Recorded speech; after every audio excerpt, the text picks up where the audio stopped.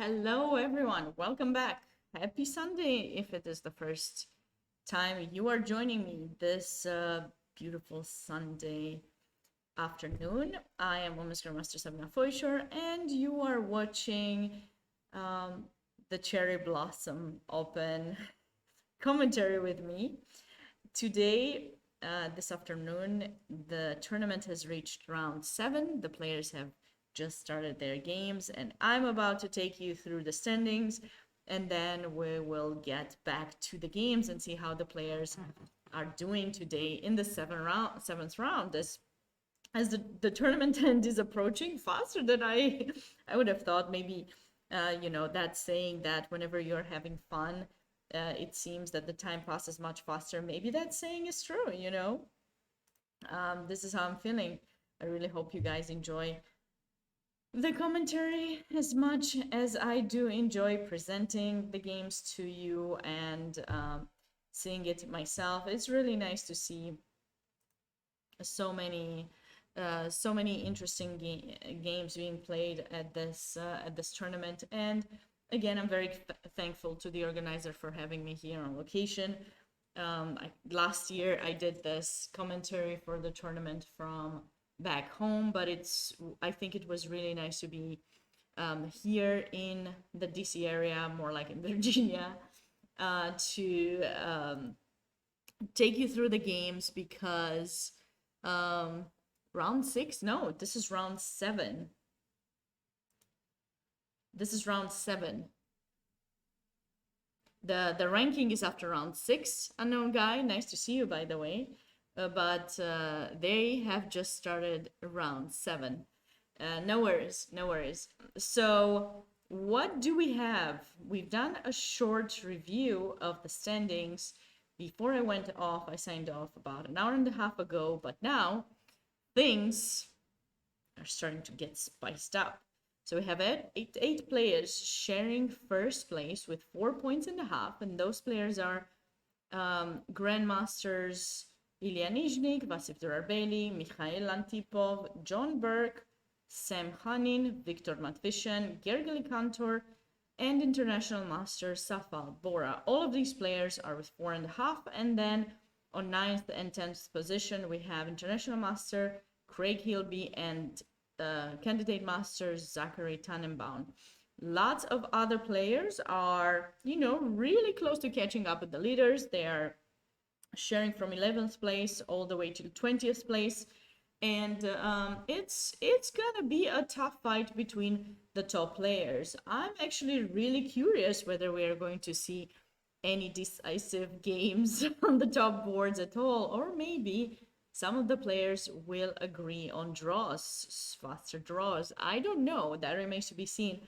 I do certainly hope, from a commentator's perspective, that we are going to have spicy chess games where, there are either some crushing attacks or very nice positionally or strategically well played games, or getting into really interesting end games so that we get to learn or brush up on our knowledge of those end games. It's going to be really interesting to see. As always, I am hoping to get some guests down here. I do not know yet. This morning we had a really short stop by Grandmaster Alex Onishchuk. That was really nice of him. I showed him a cool endgame because I know he does like endgames in general. So, but I wasn't surprised as much this morning, but I have a feeling this afternoon we might have some special guests. So that remains to be seen. Until then, I also wanted to remind you that if you go on the official website of the Cherry Blossom, you can certainly check out some of the other sections. The tournament does have a lot of sections. There's the open section, of course, under 2300, under 2000, under 1700, under 1400, and under 1100 sections. So 6 sections altogether. There's a Blitz tournament last night. I forgot to ask who has won that tournament, but check out the prizes for this tournament. Actually, the tournament has had an increase of prize funds. Oh no. Oh no, I didn't realize it wasn't big enough to for you guys to see it. Okay, you know what I'm gonna do? I'm gonna change the look of the screen and I'm going to read the prizes myself. If you want to check out the prizes on your own, you can certainly do so. Oh, maybe you can see them better here. So we have 4,000 for first place, 2,800 second, 1,600 for third place, 1,100, 800, 500, 300, 200, and there are also 3 prizes under 2,400, $400, $200, and $100. Lots of really nice prices, and the prices for the under sections have all been increased from the announced ones. So this is always amazing. 26,000 total grand prize with the $12,000 in the open section. That's pretty amazing, I would say. Really nice tournament, and it was nice, once again, as I mentioned previously, that the games were the schedule of the tournament started on Wednesday, finishes on Monday, so 6 days. Definitely much better than a lot of other tournaments that only have 2 days or 3 day schedule. But this tournament is a norm tournament. There's a possibility for some of the players to get the norms. So, that's going to be really interesting. I really hope some of the players get their norms, because wouldn't we love that? Like when there's a beautifully organized tournament, you want to see more than just, the people, winning first prizes, but also you want to see people going for their dreams, and those dreams are going to be hopefully are gonna be coming alive for some of the people, at least for one. I hope there's gonna be at least one norm. It would be really nice to hear about that. But I'll keep you posted on it. For the moment, I haven't been told of anyone being close to it, but we're only on round 7, so after this round, I think usually you can kind of count the performance and figure out how far the players are from achieving that norm. All right, but with that said, let's try to catch up with the games and see if any of the players, especially the top boards, are going to be going on for. Okay, so I forgot to show, and I do apologize, this is totally my bad. I forgot to show the pairings. I wanted to show you guys the pairings before we went on to the games. I really wanted to show you also the official website, which if you use the commands that I have typed up in the title of this stream, you can certainly get the links to every single link that I am using as well. So there's official website, cherryblossom.com, the official website, cherryblossom.chess.com. This is the official website of the tournament. Chess results website is linked as well, and then the rounds, the broadcast live that I'm going to go over is linked too, so we will be able to go over everything together. But right now, what do we have? We have Grandmaster Ilya Nizhnik playing against Grandmaster Gergely Kantor, Vasif Durarbayli against John Burke, Mikhail Antipov against Viktor Matvishin, and Safal Bora against Sam Khanin. Those 4 boards are going to be of very much interest for me, whether they're going to go for the kill or just agree on some draw. Like I said, as a commentator, I always want to see aggressive games to have something to comment on. Sometimes when it's kind of obvious that the players might be going for a draw, it might not be so fun to watch.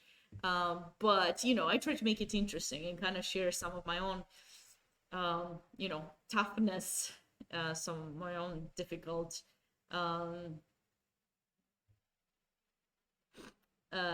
difficulties with special openings and so on, and hopefully that will be of interest to everyone. But with that said, let's get into the games. I think everyone wants this, so I will change the look of the screen and we will get into it.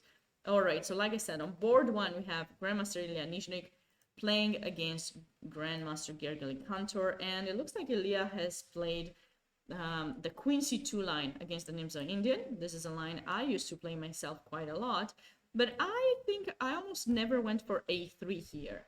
I would typically play Knight F3. I did try one time, and this is a funny story, to play Bishop G5. So I was playing in the European Women's Championship in 2007, and I had a really terrible start, and then I came back.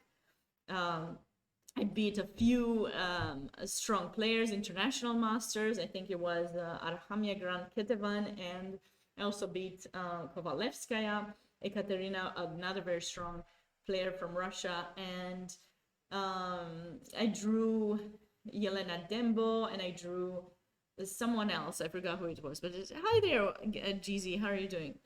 And basically, like, I remember that morning, I was playing the last round, and if I would draw this game, I would qualify for the World Chess Championship. I was 18 years old. I hadn't turned 19 yet. I was 18, and it was a big thing for me to qualify. I knew my mom had qualified on so many occasions. I think altogether in her lifetime, she's played 6 World Championships, which is amazing.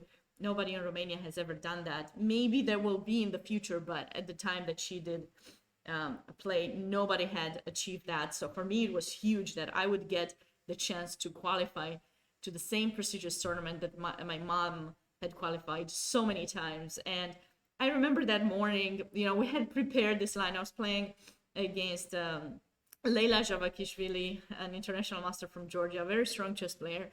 And, you know, my parents had told me, you know, if she offers you a draw, she might offer you a draw, and then you qualify. So, you know, that was probably one of the only times that I accepted a draw. But, like, I get into this position. I think I play Bishop G5. She played something. And then And then she offered me a draw, and I stayed there for like half an hour to think about it.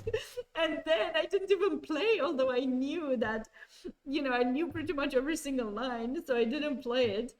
And I thought I would qualify. And guess what? Fate played the role against me. They were like, "Oh, you're gonna take the draw this easily, Sabina." No, no, no, no, no.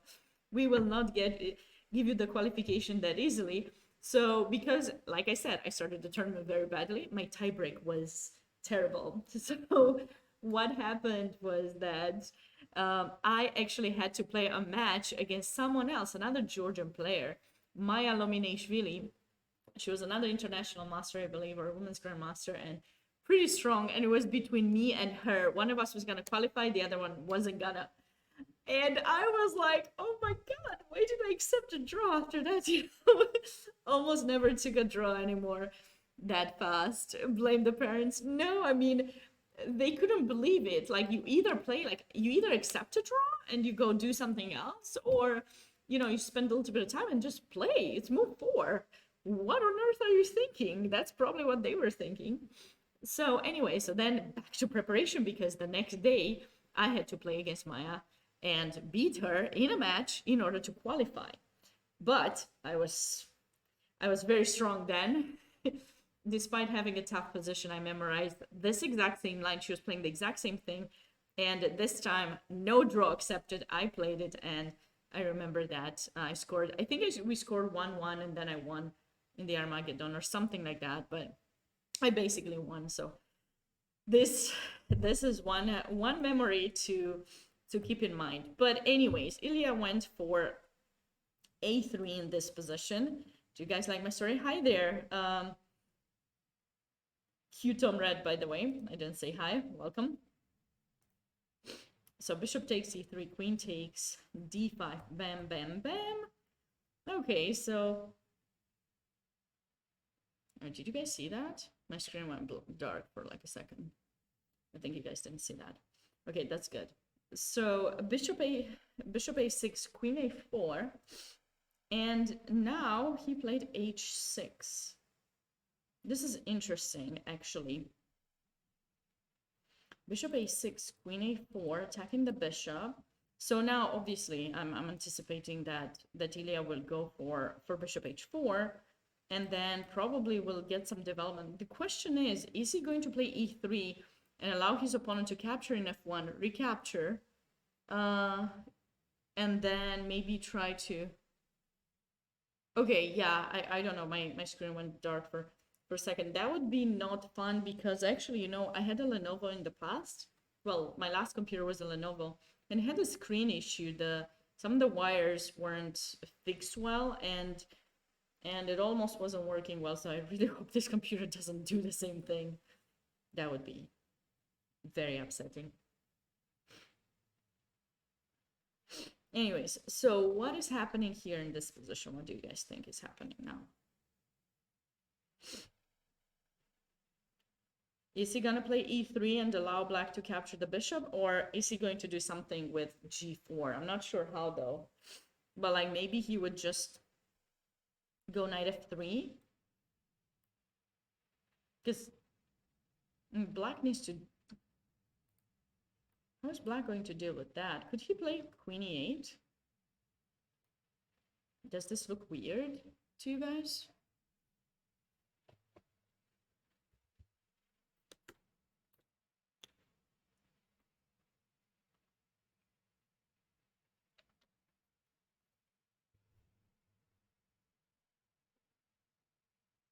Because black might want to trade. If he trades pieces, then maybe he can get into a balanced endgame. Right now, I think I like white's placement a little bit better. Looks dubious. Okay, I see. No, guy. Sure, I guess. Okay, then I guess I could go here. I don't know why I even went there. That was a little bit strange. Okay, I'll go queen here. Because anyone is gonna capture with the knight. Well, I thought in case he would capture, I would come that way, but I wasn't gonna, because then there's bishop e7. I don't know what I was thinking clearly. Queen d7. And then if the queen moves, maybe we can... But you know, it's kind of strange because the entire thing, the entire play oftentimes in the Nimzo Indian for black is this square, and so is for white. The e4 square is the key square in the Nimzo Indian. And by the way, that's something you have to kind of know at almost every single opening that you are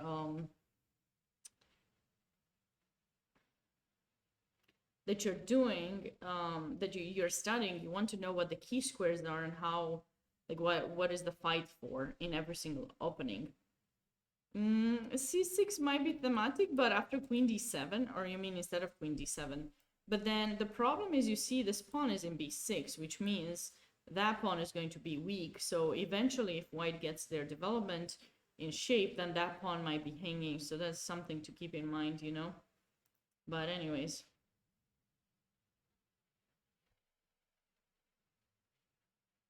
Queen e8.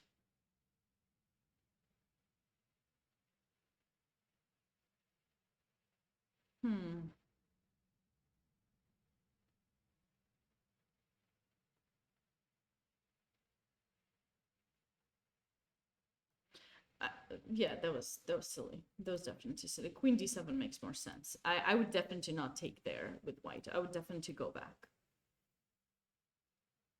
The question that I have is white gonna play e4 or e3 or none and just go, like, maybe capturing f6 and try to go for something on this side of the board. Also, can black just be that blunt and just go like for the queen trade every step? Oh, he did play queen e7. Okay, queen e7 was played. All right, that's interesting. So he doesn't care about the pin. Clearly, he doesn't care about it. Knight f3 is the move that I thought white should continue with.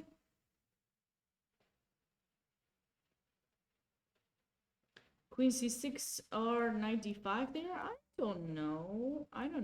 Knight d5. Knight d5 is gonna be easily hit by this pawn, so I wouldn't really think that is a good move for black to be played.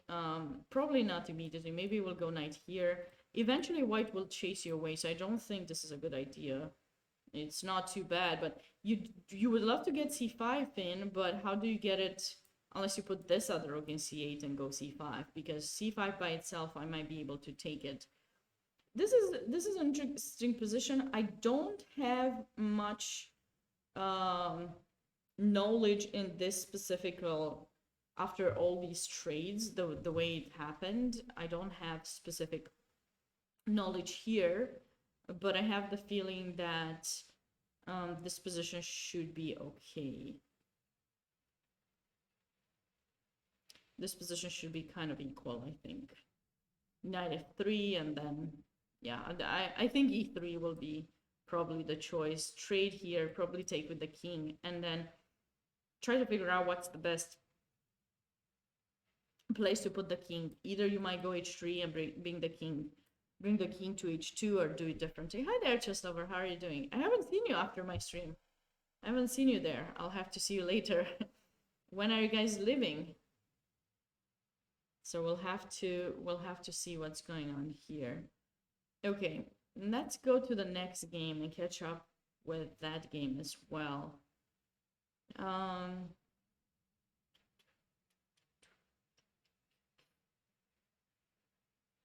Okay. Back. Okay, so hopefully I'll see you after the stream a little bit to say hi to your daughters. They're very cute. A6 here.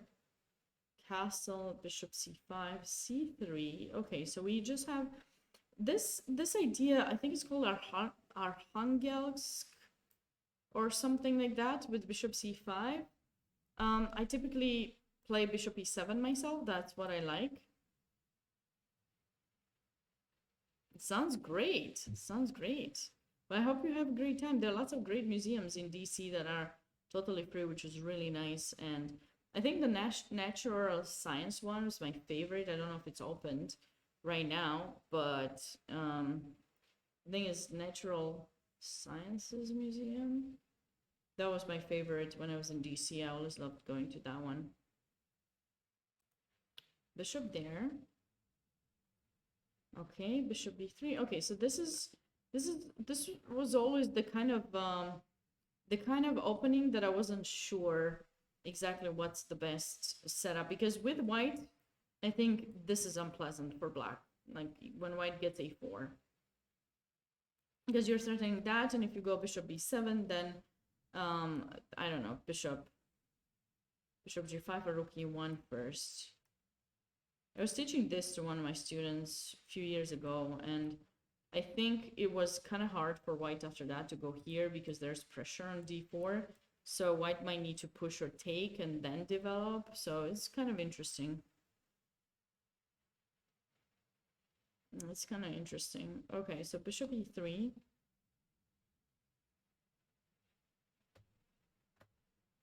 Knight a5. Bishop c2, rook e8. Okay, so basically white has, after the opening is somewhat over. After the opening, white has control over the center, has 2 pawns in the center. Those give it some kind of space, and white will have opportunities to go maybe like b4 at some point. Maybe we'll try to find a way to somehow manage to get the queen here and consider some e5s. Would love to set up the rooks on this files. Typically, I think it's c file, e and c if I'm not mistaken. And this is still like quite early in the game, and I have the feeling Grandmaster Durarbeili is playing for the win. I can't confirm it, but hopefully it's fine. Oh, I'm sorry, Chess Lover. Well, I hope I will try my best to see you after. I think I have a meeting after the stream, but if not tomorrow morning too, for sure. But I'll try to make a little bit of time to take a picture, of course. Okay, wait, Queen b1 was played. Ooh, oh, this is cute. This is cute. White is actually, I mean, usually want the queen in front of the bishop, but white is actually prepping e5. This is cute. I'm loving that idea for white. I really am. Okay. Queen to b1. Wow. Okay.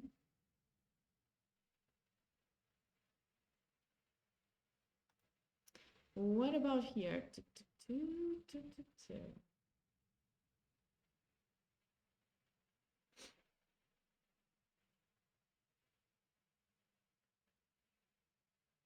This is that line once again that we've seen yesterday. From a different move order, it got into this position, the semi-Tarrasch kind of position where you don't know what's going on. You just do not know. You remember last time we've seen white pushing that H pawn. I think it was like something with I don't remember where this rook was placed, but it was like, do you remember H4? That pawn got to H5, and it was really unpleasant in the previous game yesterday. But here it looks like white did not do that yet. It's just setting the rooks on the central files. I think maybe it was Safal Bora with someone. And let's see.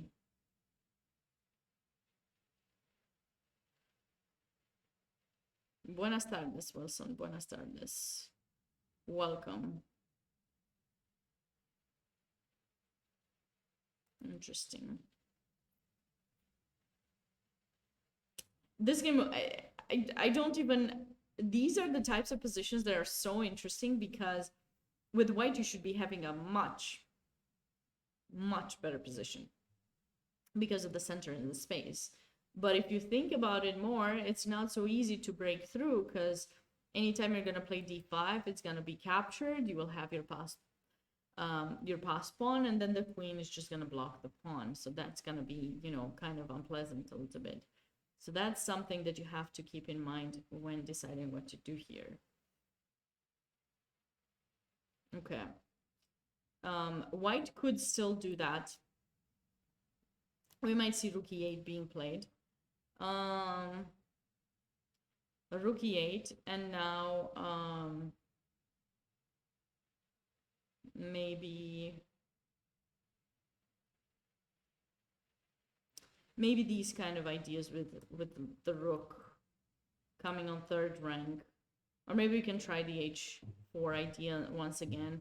It remains to be seen. I'm really curious how I'm always curious to see these kind of games being played, because this is quite interesting. It is really interesting. So what about here? What is going on over here in this game between Safal Bora and Semkhani? Aha, okay. So after bishop f4, so this is an interesting move order in the Queen's Gambit. Bishop f4 directly. So, well, not Queen's Gambit, more like Nimzo, and then transposition to kind of a Queen's Gambit, and then the bishop here, what is it doing? And it seems like after the capture, Black didn't want to take back with the pawn. He took back with the knight. I don't know if there is a difference, if something can happen. Probably not. Probably it just transposes to a Queen's Gambit, like a normal Queen's Gambit with the bishop in f4. However, Black chose to go knight takes d5 after bishop g3. We actually have kind of a similar position to the other one that we've seen, but not quite, because this pawn has been attacked and now there's no pawn in c3 that can capture back. So knight d2, knight c6. Okay, give me a second to understand. Why is it that Black did not capture this pawn? Do you guys have any idea?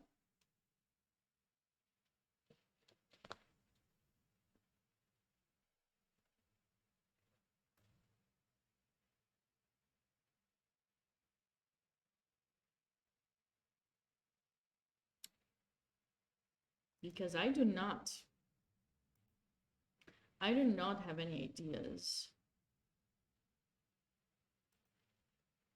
So maybe White just wanted to go e5, because this is reminiscent of the Queen's Gambit, where there's this line where you go with the bishop g5, you pin the knight, or you got those two pawns. Maybe qga.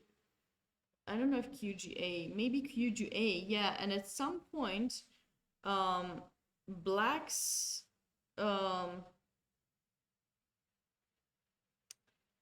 Black's pawn, Black captures in d4 this pawn, and then White is trying to build up an attack on the king side, but it just takes a little bit of time. So they will get the pawn back, but first they focus on that attack. So I think this is maybe what White was planning to do, and the fact that the pawn is here, it actually blocks potential ideas for Black for an attack.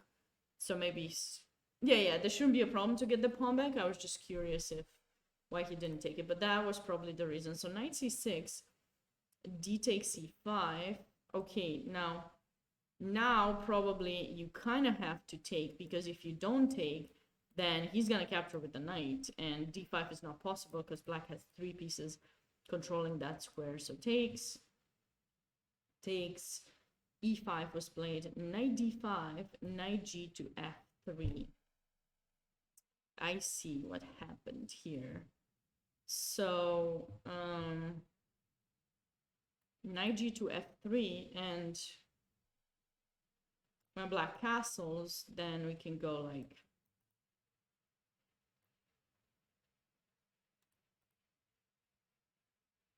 bishop d3 or bishop c4. You know what oh no, it doesn't work. Okay, for a second I was worried that if we put the bishop there, he's gonna do some discovery idea like this. Oh well, actually it's not too bad, maybe, because he's also threatening g2. So actually, what do we do? Because at first I thought we take, and then we take, but I'm not so sure I'm comfortable with the queen coming in and putting pressure, stopping me from castle. Yeah, it does look quite similar to the Alapin. I agree. So I'm not sure how I'm feeling about this position. Who is better here, actually, guys?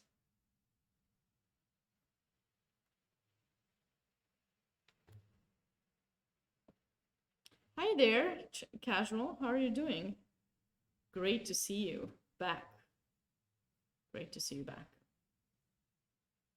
We are going over this game that's kind of interesting. Noir! No, tomorrow is the last round. Tomorrow they have 2 rounds. Today's round 7. How are you doing, Noir?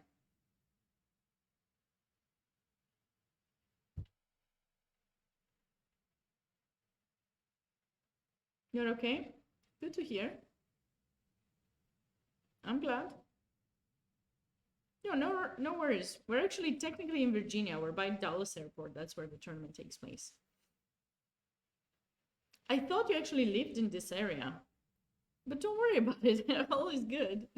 Hi again. Hi there. Long time no see. How is everyone doing today? Lots of famous people. Oh, I see. Okay. I don't know why I thought you lived here. I thought when the national tournament was, I think Gauri said that you were living somewhere close. So no worries at all. So black castled. And the question is, do you think white is gonna play bishop d3? Because I didn't quite like that position after bishop d3. Should we go bishop c4 instead or something? Oh, okay, never mind. I mean, I think you told me this again. Yeah, I keep forgetting. I'm sorry. It's just because of the Gauri thing, I always remember DC. All right, so castle, and now we can go rook c1 with tempo if it helps us in any way. I don't think it necessarily does. Bishop d3 or bishop c4. Those would be my choices for the development of the bishop. I don't think bishop b5 does much. I think it will help black play 6b5 and help with his development. So I would definitely not go for that. Okay, well, catching up with the game, seeing some very solid kind of openings, kind of strategical, more positional, nothing too aggressive yet. Okay, bam, bam, bam, bam. This is theory, I remember it. Actually, I remember myself at some point I played this a6, b5 idea, or b6 here with the white pieces. I think Morozevich was playing this kind of idea, so I was just trying to figure it out.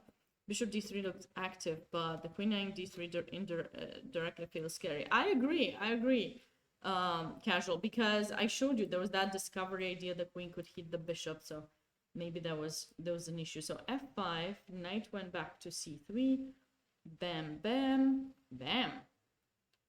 Okay, actually this is interesting. This is the first move that feels very interesting to me. I'm not sure how I'm feeling about it. I'm feeling interesting, clearly, because I use that word way too much. So queen e2, huh? So I guess he wants to castle, and then he's trying to control, Zachary is trying to control that square. Feels like a scotch. Really? Interesting. Feels like a scotch flipped, huh? Or how? A flipped scotch?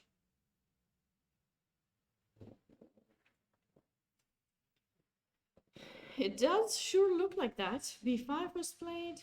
Castle. Okay, so this... Whom do we like in this position? Okay, so why did he place the queen in e2 anyways? If he was gonna go there anyways.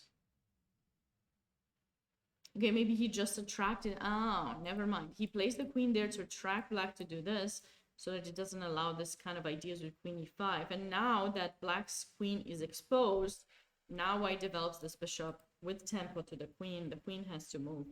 And then rook e1 and the game goes on. I see. So this is basically what happened there. Okay. So which side do you think black is going to castle? Long side or short side? Where would you castle? I would castle long. Just to give my opinion. What opening? It was some kind of French knight c3 and then bishop g5 takes there and f6.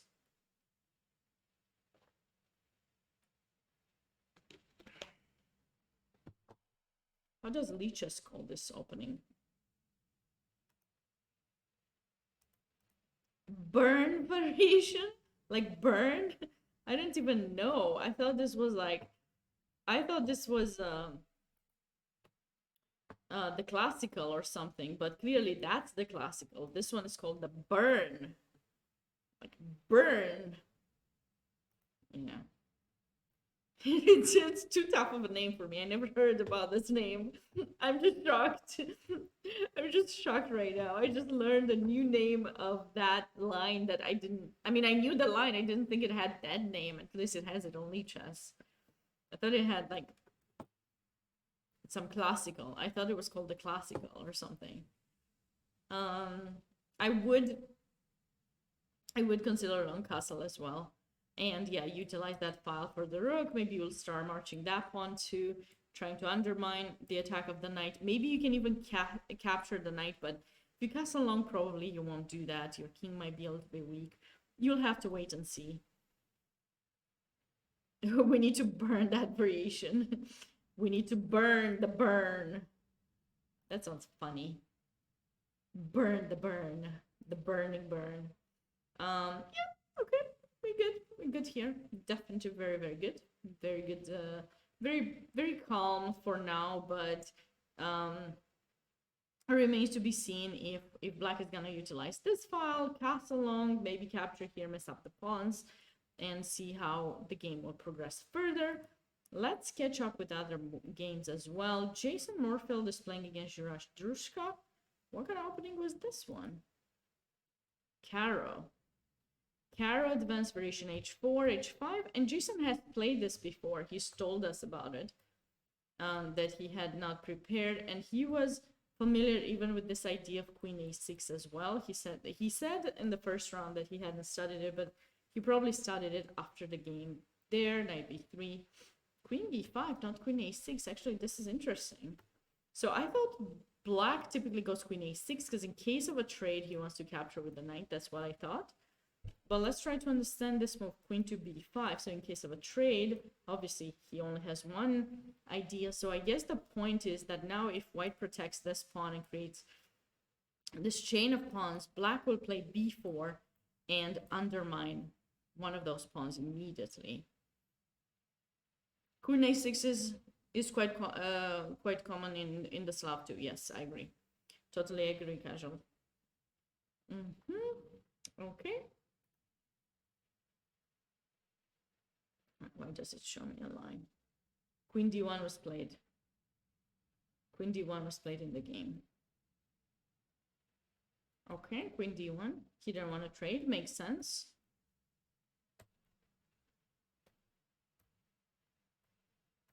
Sorry, I'm trying to understand if we want to make the trade, because in a way, you're not holding up your chain. In a way, you're helping him take the bishop up, but in a way, you will have the opportunity to grab that bishop. So you need to see if you really want to. Looks like Jason did want to take it. Maybe he could have played a5 too, because it was another move with tempo. And like, it doesn't matter where black puts this queen. Wherever they put it, we can take. And then we also had the pawn advance a little bit further. Now, maybe it doesn't matter. Maybe it does. In a way, it could not. But in a way, maybe this rank being opened could somehow be helpful for white. So, or maybe he thought, you know what, I'm just going to take directly because now, you know, I can play b3, have this chain of pawns, have my a pawn protected, and get my bishop developed. So maybe that's what he thought.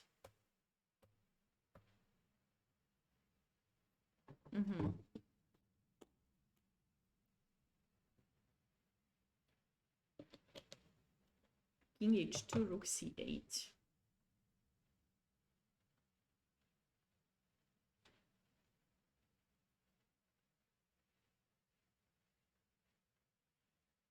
This is a better version of the French. It is a much better version of the French for sure, because black has traded their light square bishop. So we know that, but how much better? That remains to be seen. Hi there, Tweedle. That does remain to be seen. I don't know how much better of a version. I am liking black. I think this pawn would have better been there because we had ideas to push it further. And in an endgame, like if we got the pawn there and black played b6, White could have gotten a knight here, and you know the dark square bishop is traded, so the knight could just come in.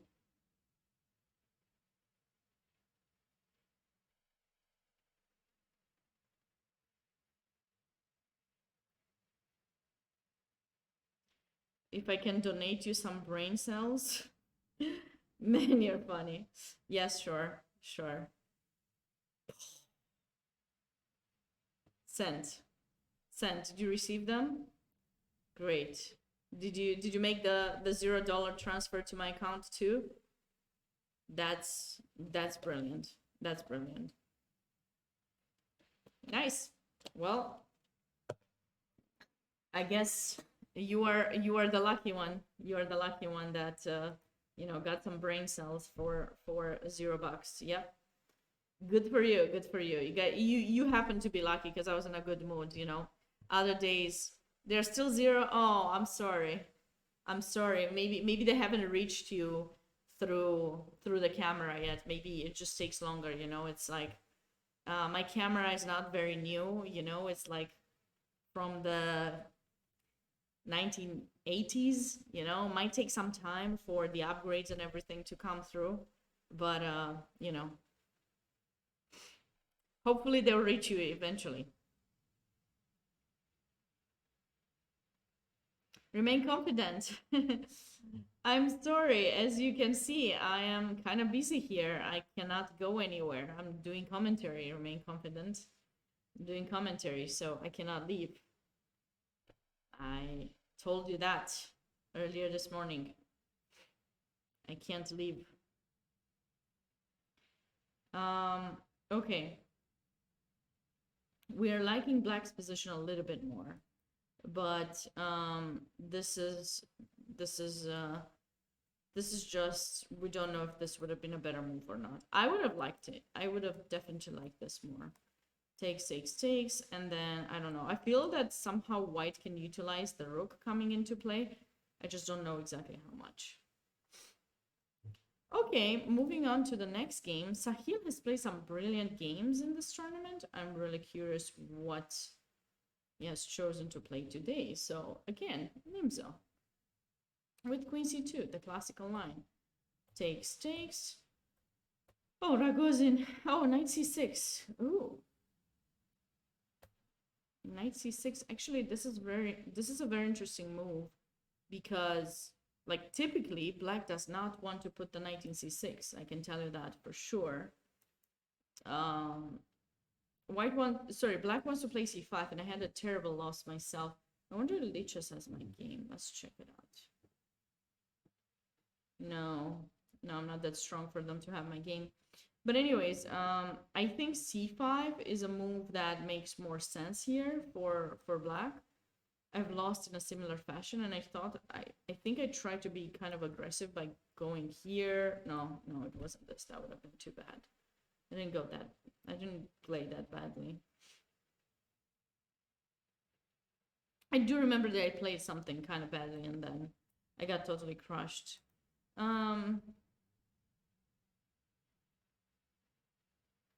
Okay, but knight c6. It's so interesting to see this move. So he's blocking that. So he probably thinks he doesn't need the push of the pawn. He just puts pressure to get White to play e3, which White did. And now there's this line with g5. Oh, h5. I was going to say knight e4, you know, to get the bishop and put pressure in c3. But looks like h5 was the move chosen by Black, threatening to win the bishop in a way at some point. So bishop b5 with the idea to take, and then bishop e5 if needed. h4, bishop e5 anyways. Now okay, so how are we feeling about Black's position here? Knight to f3.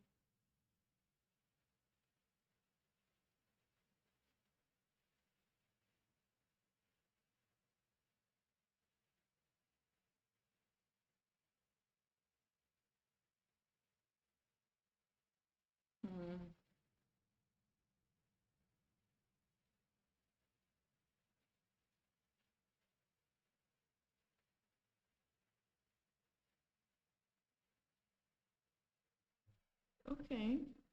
I mean, we have a threat, so at this pawn, I don't think... Okay, we have two threats. We potentially want to take here, but we have to be very cautious with white because this kind of idea at some point will be unpleasant. So I think we should protect g5. This is a move that came to mind because it's with tempo, it protects and it attacks. But I don't know what we should be doing after queen takes because he's threatening to take and he's also threatening to come this way and attack g5 and threaten mate. So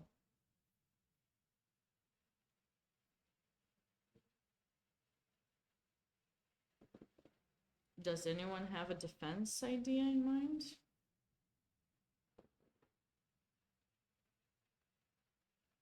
Okay, queen h6 maybe will be met with f6. So that is some kind of idea that can happen for sure. I get it. But,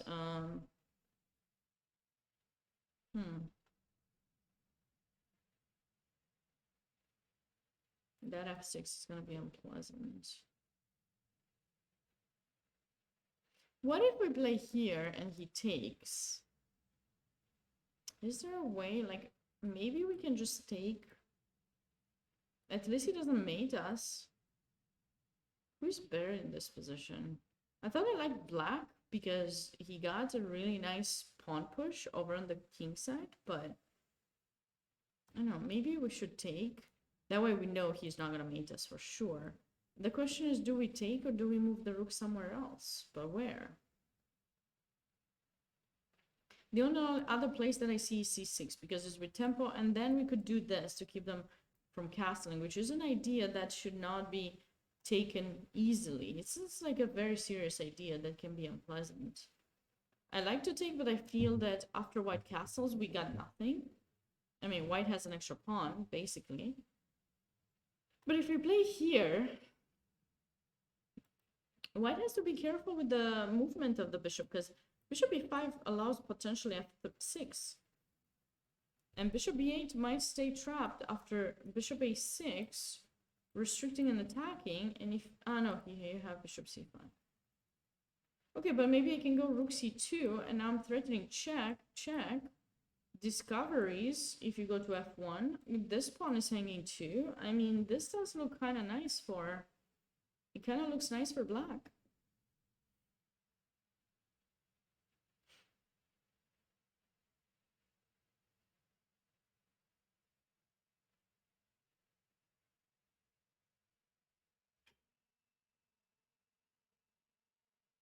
Okay.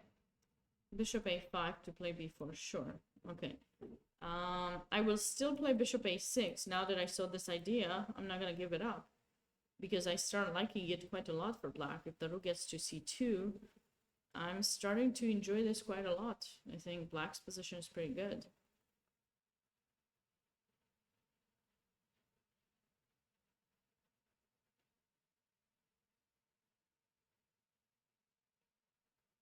Knight d2.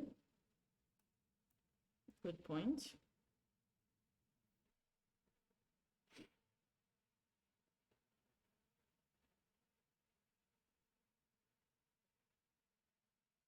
So, okay, it might be strange, but what if I play f5, and then if you take, I want to take with this pawn.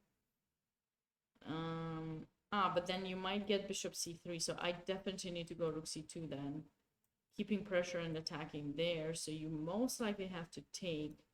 I'll take back, and I still have this threat of check, and then either discovery or this pawn is gonna hang. I think black has a lot of compensation here for the two pawns that he gave up, and it wouldn't surprise me if I would put the engine and if it would say that black even has like some kind of an advantage.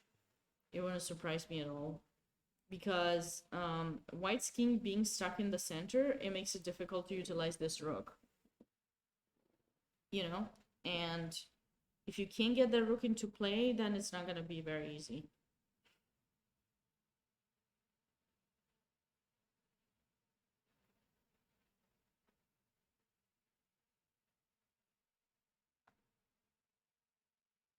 Okay, we're really far from the actual game, but this is quite interesting, and I hope, we'll see what happens next. Let's look at the next board.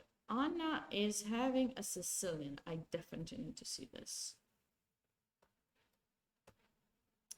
The Najdorf, but she played g3, so this is supposed to be a little bit more quiet, to my knowledge. For white, castle, bishop e3.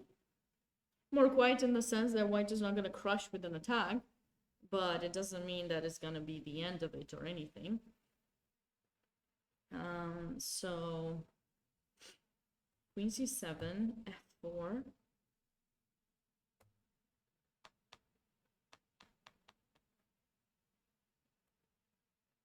g4. Ah. She's going for the kill. Something like this. Maybe a 5-2 at some point. Maybe h pawn push. Something like that's gonna be nice. Okay. I'm coming back to this game. It's a Sicilian. It's a lot of pawn pushes on the king side. It's gonna be interesting. Definitely. A rook d8, knight f8 to defend. Okay, sure. But, I think white's play is easier. Black has to try to find a way to play d5. But you need to be careful how, because then white might push e5 and then your entire position could get locked. So you need to be careful you don't allow for something like this and then a knight here to block you.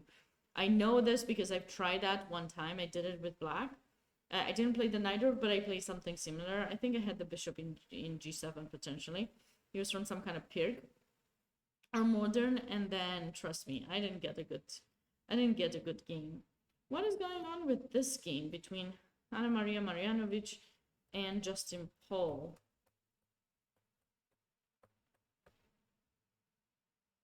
Okay.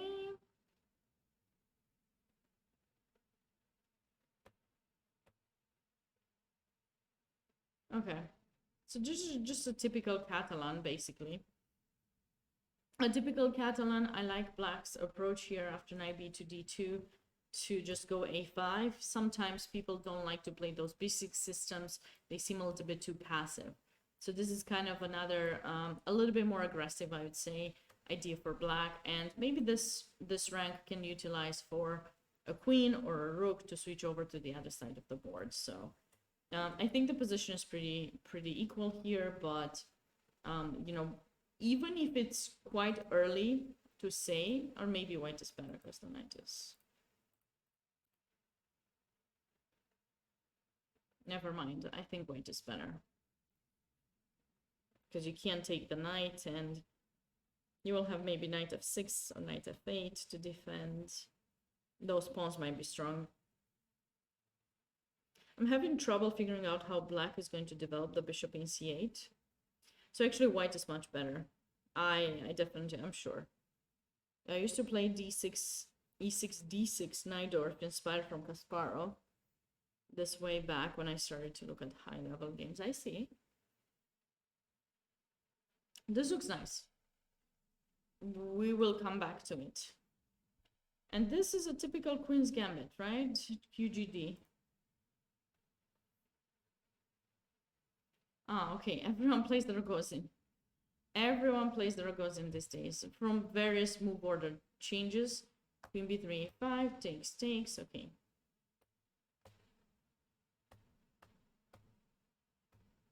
A lot of people like to place the bishop in b4 now. I think you rarely see people who are not placing the bishop in b4 and placing it in e7. I think those days when people are placing the bishop in e7 are gone. No more bishop in e7. Done deal. Well, now the bishop is in e7 because it had to retreat because, black wants to start marching the pawns on the queen side, but otherwise that wouldn't have happened. And also, actually, black has to be a little bit cautious here in case white just goes bishop g3, for example. You have to be careful. There are some small tactical ideas where white sometimes can take if the rook is in c1 because black played here. There could be some capture, and if you take back, the bishop goes there. Something like that. Here it doesn't seem that that's gonna be an idea, but still, that's a typical idea that that you can easily miss.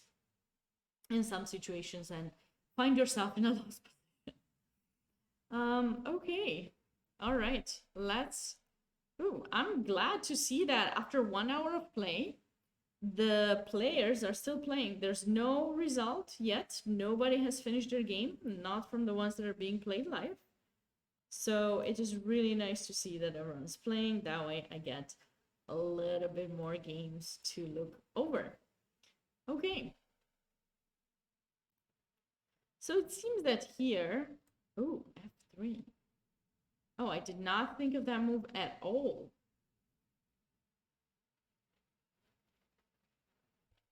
But what exactly is this move for? To go G4? Because King F2 is definitely a no-no. I'm pretty sure there's going to be a check. So is F3 being played in order to support E4 or to support G4? What is it played for? How many folks are leading? 6, 8, 8 players. Wait, where do I have that?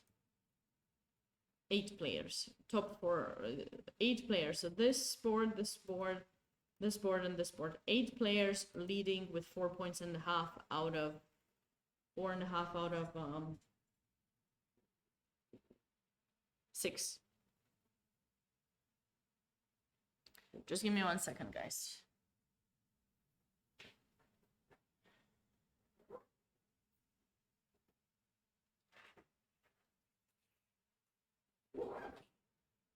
I was gonna get some more water and reinforcements. We're here.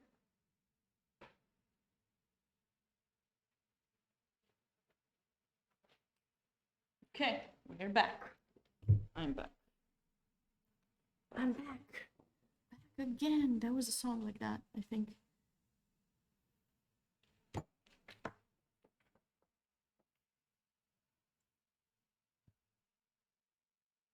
You used to mix E5, Najdorf, and Scheveningen, but this is not what? Is this a conference room? It is. Why? Something wrong with it?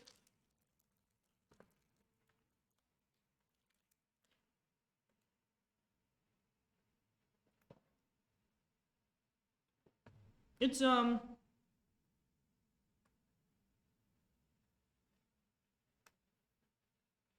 yeah, actually it was the TV, but I thought there would be a glare, so I put down the roll down screen, because there's a TV behind that roll down screen.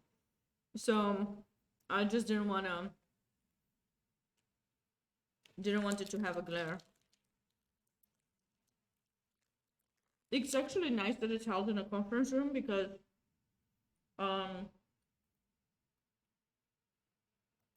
when the players finish, they can come here. I mean, if I was streaming in a room or something in my room, it would be kind of awkward.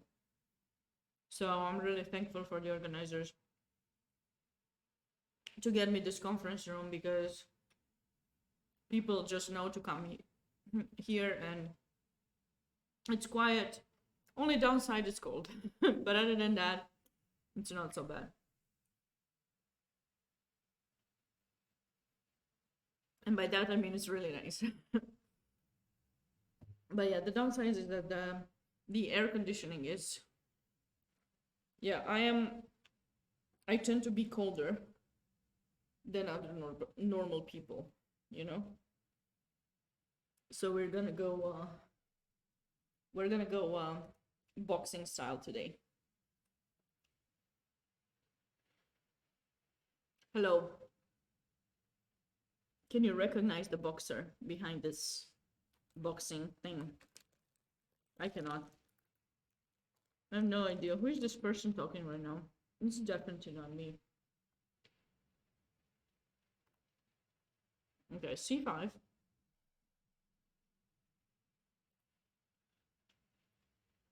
What is Ilian thinking? Is he gonna play knight h3? Is he gonna go g4? If he plays g4, it will be too much.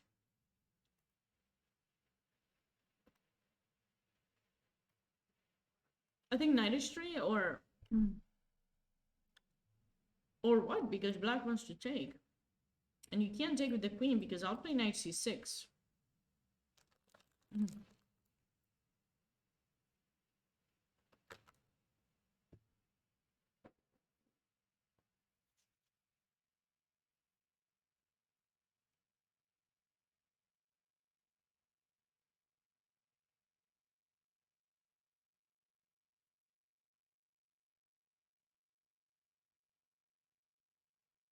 I'm sorry.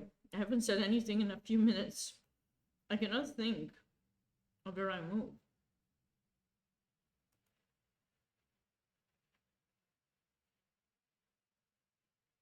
I really cannot think of the right move in this position.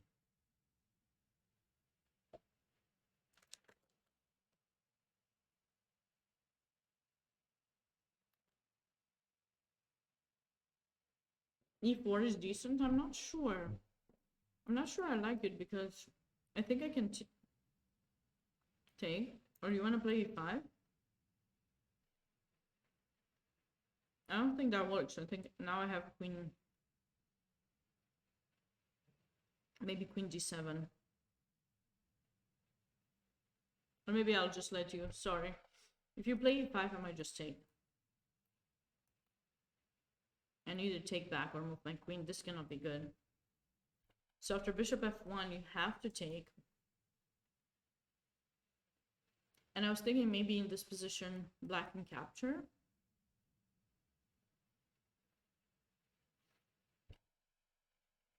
I think you have to take with the queen, and then I'll play here. And then your queen has to move, and then black is regrouping now with the rooks. If you capture with the rook,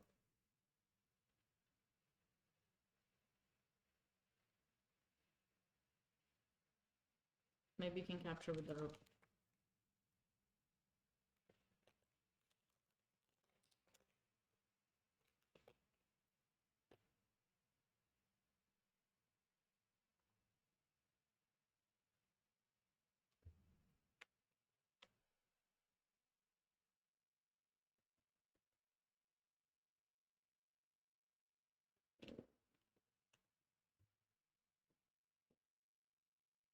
Do you like white's position?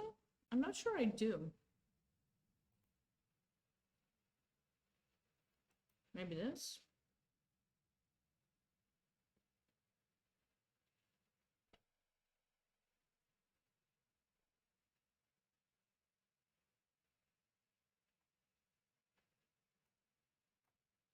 Okay, maybe this position is fine. White will develop, hopefully get the king out of here somehow and the rook into play, but it's a little bit unpleasant. I would certainly say it's a little bit unpleasant.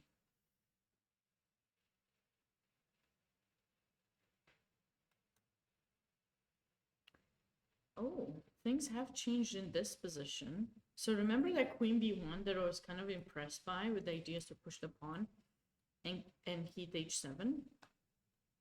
Black did that. Takes, takes, takes.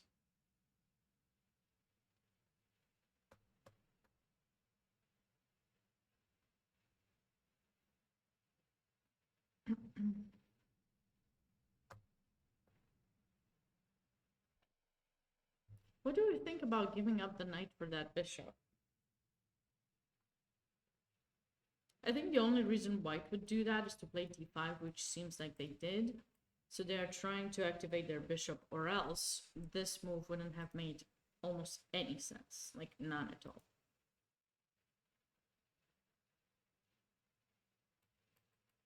And now they have this idea to activate the rook on the c file.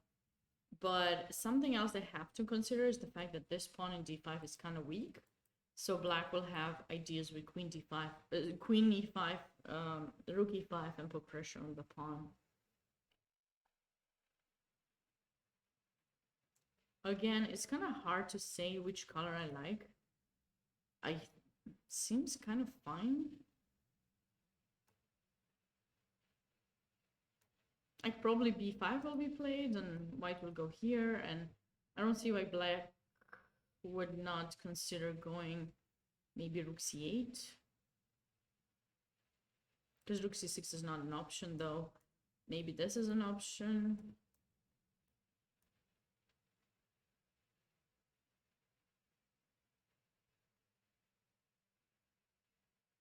Okay. This may be going for a draw. I gotta say, this position may be going for a draw. Not much progress has happened here. The only thing that's interesting, and I did mention something like this possible, is the fact that white has gotten the rook on the third rank, which gives it opportunities to go either sides. So after rook e1, rook c8, the bishop went back. Now the rook came on third rank. And obviously, after the rook was placed on the same file as the queen moved over so that it doesn't do anything crazy. And then queen e7.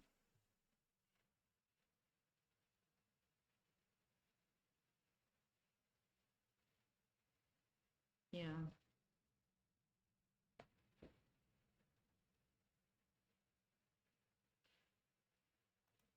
Maybe that, I don't know why I feel that this round, the games maybe aren't as, maybe they don't seem as, how to say? They don't seem as,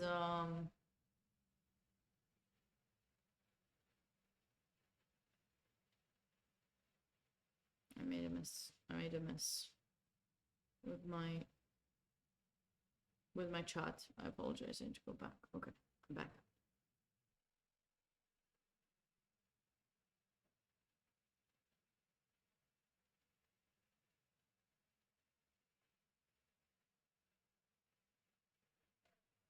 Guys, I don't know what I did. I can't see the chat anymore. This is bad. Sorry. Sorry, I need to fix my chat. It's not, it doesn't show anymore, and I don't know why that is. Okay, come on, computer. Come on, show me. Sabina. Sometimes Sabina is touching something and then gets messed up. Okay, I got it back. I got the chat back up. Okay, so here I would consider maybe some knight h2. Maybe getting the rook over here. I would love to improve the position of this knight. I just, you know, with the knight being in d7, it's kind of hard to go knight d5, so that's not going to happen. So I do not know if there's something else that we could consider doing.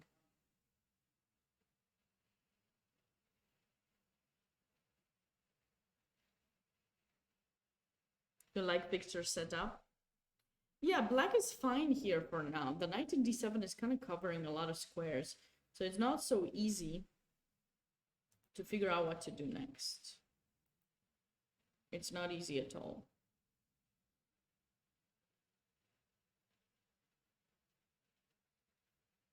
I think knight h2 though, and maybe even f4 could be an idea. Maybe we can put the king in h1 and start some pawn march. Okay.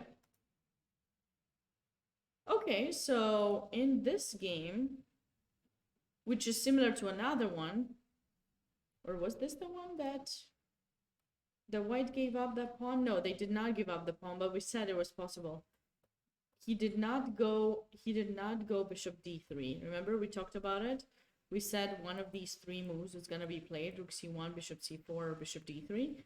Since like white just went bishop c4, and after knight b6, bishop e2, and knight to d4. Pandin is trying to get some pieces traded because he's lacking a little bit of space. So if the knights get traded, maybe the queen can capture back potentially and have some pressure here. Ideas with bishop e4 to maybe stop white from castling. So this is quite interesting. Good to know. Good to know. All right. Okay. Wait, this position has suddenly become spicy. So we're talking about this position that we thought black was going to castle long. But guess what? He decided not to castle long. Instead, he played rook g8 and he went for the pawn. And white gave it up. Okay. Because they wanted to be aggressive with d5. And actually, I love this break in the center. This is quite nice because it's one of those typical breaks that you want to be mindful about and not fall for, because if white manages to open up the file, black's king is going to be in huge trouble. The d file will open, the e file will open, both files will open. But now e5 was played, white capture, queen takes. And who is better in this position if black captures queens? This is always the kind of question you have to ask yourself. Like, what happens if queens get off the board? Because especially in a position where the pawn structure is kind of Not usual, in a way unusual, maybe with some more weaknesses for one side or the other. You have to ask yourself that question. Like, for example, here, Black's king being on the e-file still, I believe we got a very important threat we need to consider now. Rook d to e1, winning the bishop. So now there's no even question anymore that Black is going to capture, that Black is going to castle long. So he needs to keep the king in f8. If he goes king f8, there's going to be d6. And I don't know, like, there might be d6. No, actually, yeah, because the point is I don't want you to do that. If I took, for example, I think Black might be able to do this and block my pawn, and then that might be hanging later. But if I play it now and you take, and then I go here, then maybe I'm doing okay, because I've opened up the bishop. So temporary pawn sack in order to get it back and put a lot of pressure. That would be interesting, actually. That would definitely be interesting, but okay.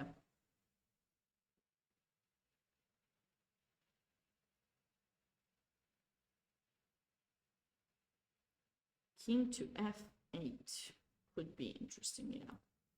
Other moves? Okay, what if you don't trade? It's not necessary for Black to trade queens, or is it? Wait, it might be, because White might be threatening queen h8, or maybe trading and making you take with the pawn, which probably is not going to give you a good position as Black, because you still remain with the king in the center and this file being opened. It'll be a little bit unpleasant. It does look dangerous, but what should Black do? Castle? That loses a piece.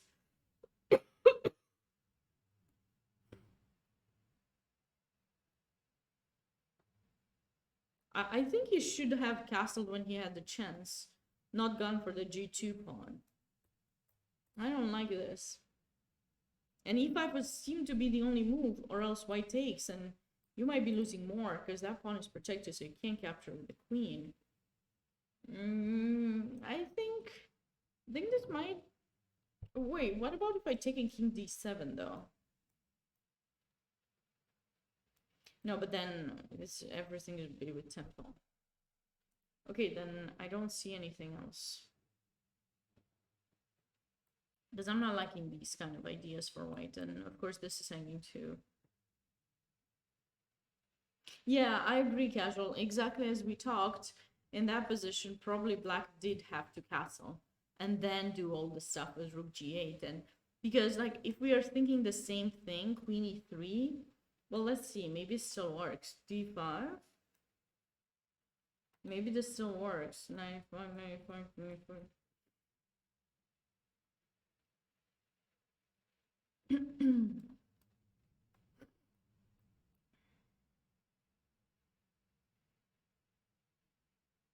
This does not look good. No, but you're losing this pawn, Richa.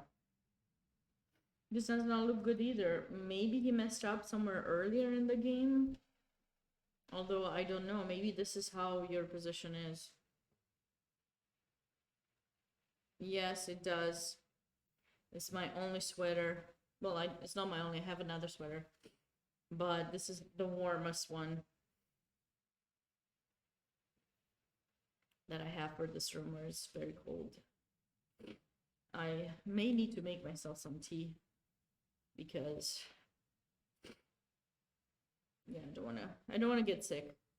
I have quite a lot of work. It's not gonna be fun to be sick and have to do all your work, you know. It's tough. I always end up taking more than I need to for some reason because I'm thinking, you know, you gotta do what you gotta do. Thanks, Just Lover. Don't worry about it. No. They have it here. I can make it. There's a tea maker, so I can make myself some. Yeah, actually, let me make myself some tea while we're thinking a little bit more about. But let's just put another position. Let's see how you guys evaluate this position because it looks spicy. It definitely looks spicy. I am making myself some tea, so I'm right over here, but I am brewing some water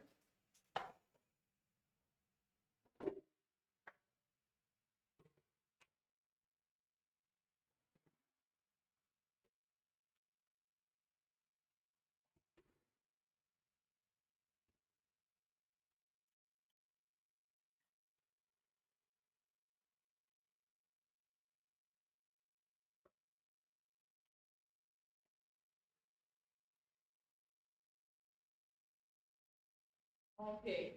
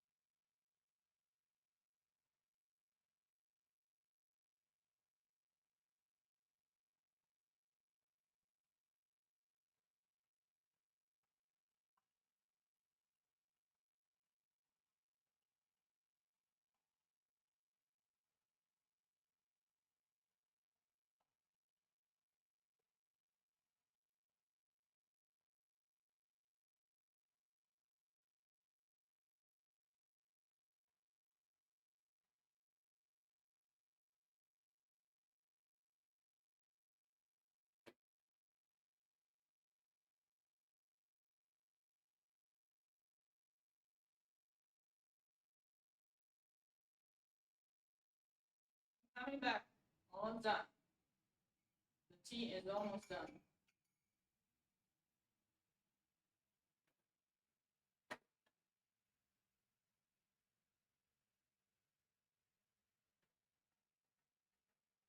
Okay. So we got some brewing going, which is good. Got some peppermint tea.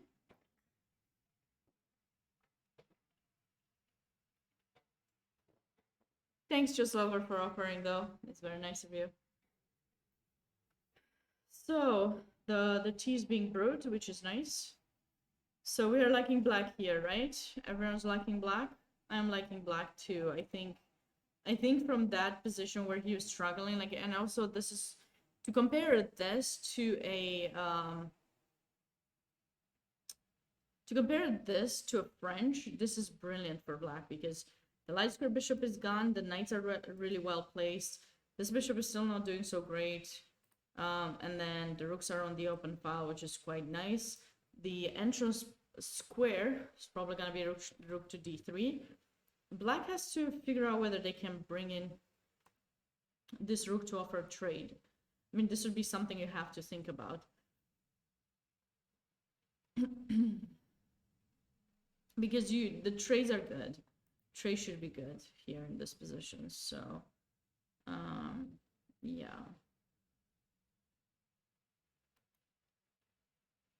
Rook to d1 and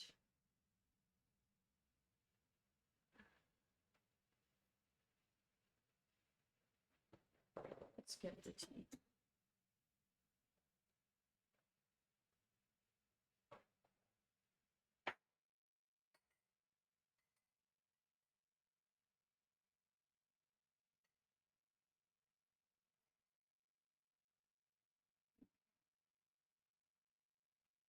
Tea is here.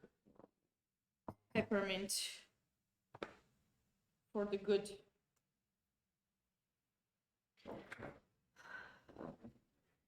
For the good vibes. Okay, so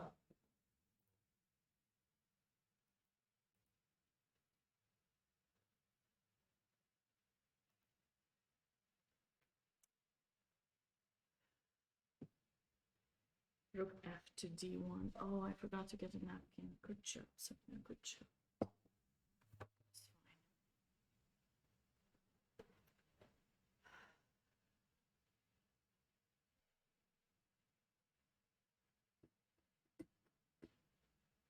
I mean,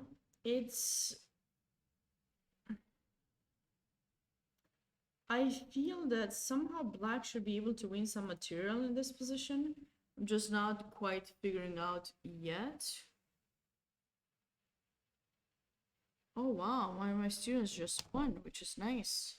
It's always nice when your students text you that they won, isn't it? Especially when they beat higher rated people. It's always nice to hear.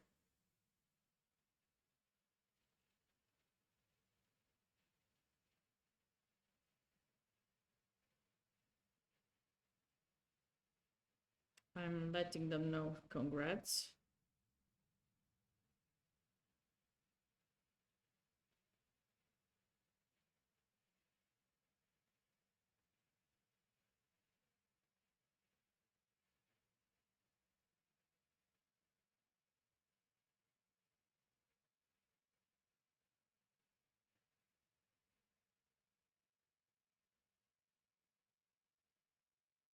Okay, texted. Good job. That's pretty impressive. Like my student is around like 1300 and she won against like a 14 something. Quite early apparently. That's pretty nice. Hi there, Richard. Exchange the rooks and after play g5. Exchange the rooks, both rooks? Okay. And after play g5?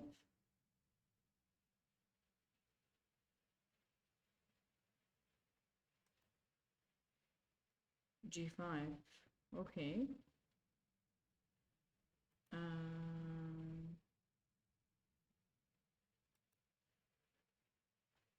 Not a move I was thinking to do, but okay. Looks quite interesting because the knight is pinned, so it cannot take. Sure, and if the pawn takes, I'm assuming you want to go h4, which is nice.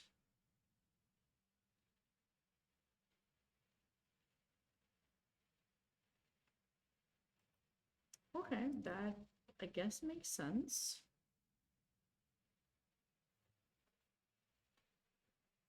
Sure, sure.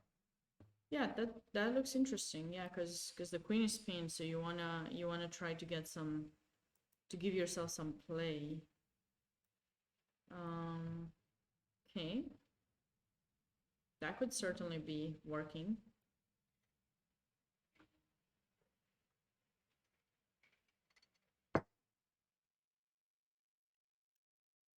That's interesting. Very interesting move, g5, sure.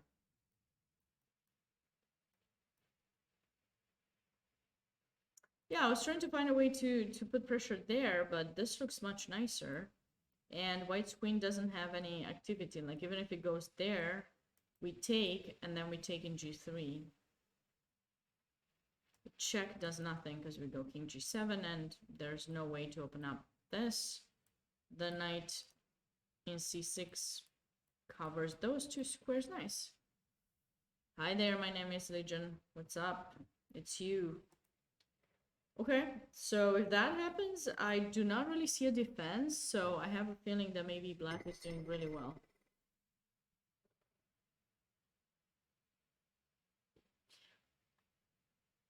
Well, listen, my name is Legion. I'm what's your point? Yes, they're sub only by design. Yeah. I have decided to make them sub only. There must be some reason why people are subbing to my channel, something they have access to that other people don't, right? Because you need to somehow reward the people that are supporting you in a way, I think. I might post some of these videos as well on YouTube, so you might be able to watch them on YouTube. But yeah, I feel like at this point there's no ads, so people who are not subscribed can still watch the channel. And then so I don't see anymore what's the point for people to subscribe anymore if I don't even put ads. And yeah.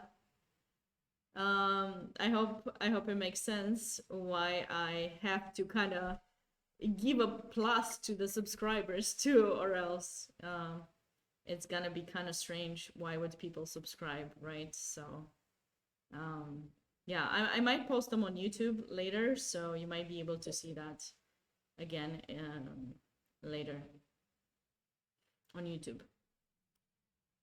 Sorry about that. I let them free for a second because I wanted someone to check for something, so I wanted a friend to help me out when I had issues with my VODs in the past because my voice was not going through. But now I'm not. Hi. Yeah.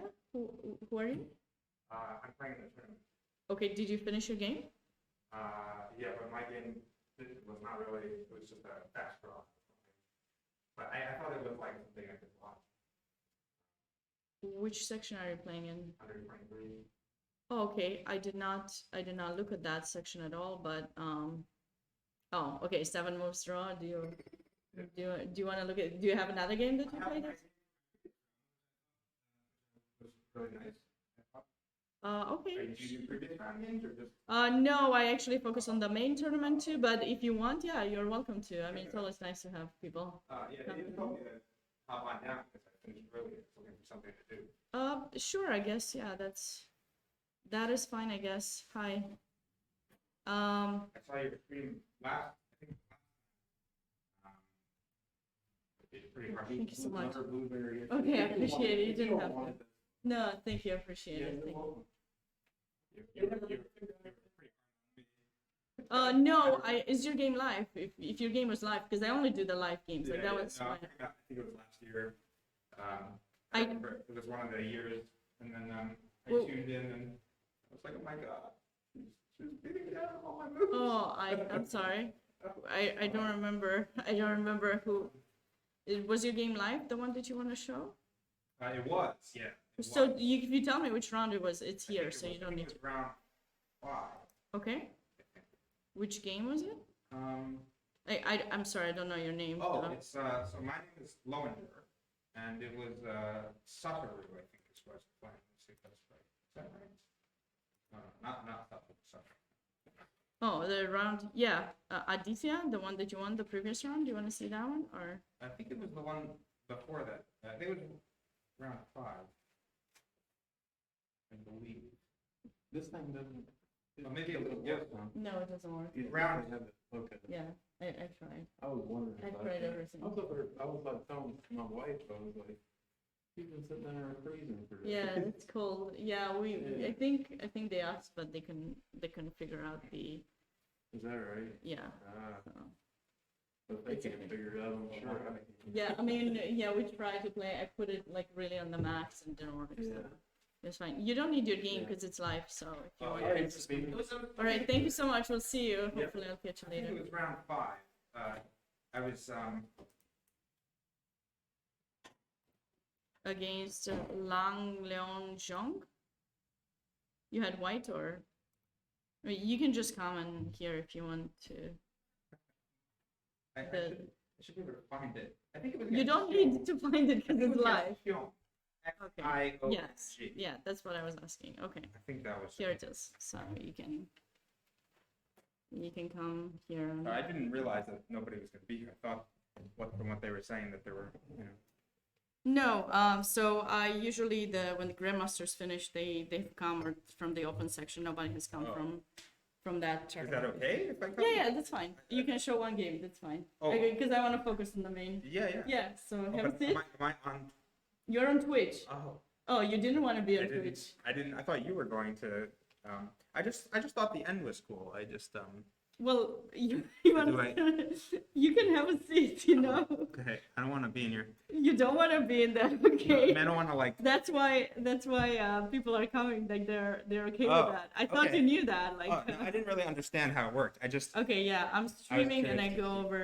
I'm commenting, and then whenever someone finishes from the open section, usually, so nobody came from the other section, so How I don't I, think I've Is seen. there a way to like make just Yeah, you those can. cards? Yeah. Yeah. So I just I think it was the start of the game. Yes, I just liked this part where I gave up my rook, so I had to see it in advance, and I knew I wasn't going to take the knight back, so he took the rook, and then I played rook f5. Oh, that's nice. Yeah, and So you're doing. How are you doing in the tournament? Are you doing well? well, so I have 5.5 now. Okay, so you drew against FIDE Master. Macon. Yeah, he had a really nice end game in the previous round, but I only looked at the games that were still played, so I didn't see your game. Yeah, That's why- yeah. So it was just this one little part. It was a nice combination, I thought, because I saw when he took this over right around here, I saw that this variation where I can give up my rook and then just take this pawn. And then I saw even that he would play that his best move I thought was rook f8 Mhm. took me a while to find that, but I thought rook f8, and I thought I'll just move my rook and leave the knight again. And just this bishop is very powerful. And even the game went on for quite a while, but Oh, this is cool. And then you had some bishop d3, queen e5 or something? Or? so he Oh, okay. That's tried. He tried. yeah, But you have Now how I many took the knight. pieces you have? You have so now I have a knight and 2 pawns, but for a couple Yeah. of moves there, I didn't. He could have saved the knight if he wanted. Like here he could move knight c2, with queen e5, right? and then I think is a queen e5, and then, but it's not necessarily mate right away because queen h8 is not a threat to mate, but I think it's winning. But you have rook h7 after, and you might take his queen, Yeah, possibly. but depending yeah, on- but it's nice because he has this whole tempo after queen e5, I think, but he can't do anything with it. He can't. Yeah, his pieces don't seem very Yeah. well developed. This is nice. Yeah. So anyway, it was just because I saw it from afar, you know, Uh-huh. that that like, oh, if he plays rook f8. For a while, I wasn't sure what like when I was looking at it, because I was looking at it from back here. Mm-hmm. So I was thinking, okay, here, and then I get my rook to f5, but that's nice. He can't move his queen anywhere because everywhere it needs to cover rook g5 check. So what opening was this? Did you get The this? opening was what was it? Oh yes, this opening I don't think I played the opening. Oh, you played. It was Wait, how advanced did you Cairo, play? and he played c5. Oh, and you played a3. This is interesting. But a3 I think is the main move. Ah, okay, it might be here. But- oh yeah, because he switched. Yeah, but Okay, never mind. somehow- I thought you played it the other way around. I was like, what? But Okay. somehow I always feel very uncomfortable here because this e pawn gets under, like, very easy to attack the e pawn, Mhm. like knight e7 g6, knight c6, queen c7, or even sometimes bishop b6, bishop c7, queen b8, Mhm. and this e pawn just comes under massive pressure. So like I lose a lot of games like this on you know, in blitz. So I was very worried. This move I thought was very strange. I don't know, maybe it's not a bad move, but I was not expecting it at all. I thought just knight c6 and bishop c7, something like that. He was probably trying to avoid the attack on that side of the board. Yeah, actually I Because- thought maybe a5 first even. Like, so first of all, like, it seems weak already, my queen side. And I don't want to play bishop b2 necessarily because I don't want to allow knight f4. Mm-hmm. So I'm hoping always to, like, first have rook e1 in, but it seems like I'm not fast enough. I also don't want to play b5 because then he can go knight d7, c5, which I don't really like, and then he can come into e4 if I try to save my bishop. So this whole position always feels very uncomfortable for me as white. But then I spent a lot of time because I didn't really know what to do. Like, you know, I'd like to play queen e2 maybe sometimes, but then knight f4 is always there. I don't want to burn a tempo on g3. So this whole thing seems very uncomfortable to me. That's why I think, I actually think this c5 move is underrated in this Caro-Kann. This move, everyone plays, of course, bishop f5, but it seems to me to be, Yeah, especially in blitz, this move I've seen it played a lot. c5. Yeah. yeah, I just feel like white is, I mean, because black gets the pawn back right away, and then it seems like where to put the pieces for black is very obvious, and it's not as obvious for white.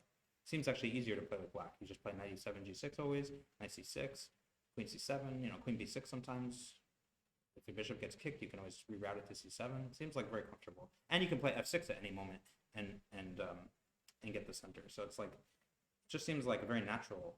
All the moves seem extremely natural for black. Like, he never has to think even what, you know, where should I put my pieces. Just every piece goes to natural square. You have a very strong center, and you have a target on this e5 pawn.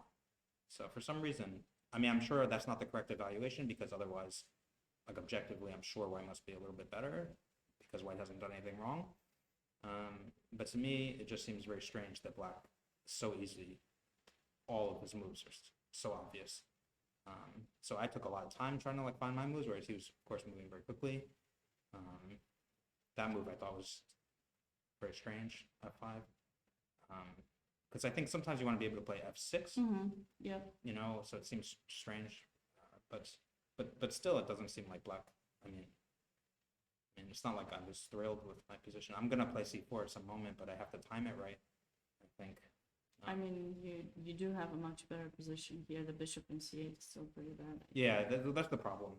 Yeah, but somehow he developed a little bit of initiative over there, and then I think at some point he was better, clearly better. This move was, I knew this move was probably not the right move when I played it, but I was,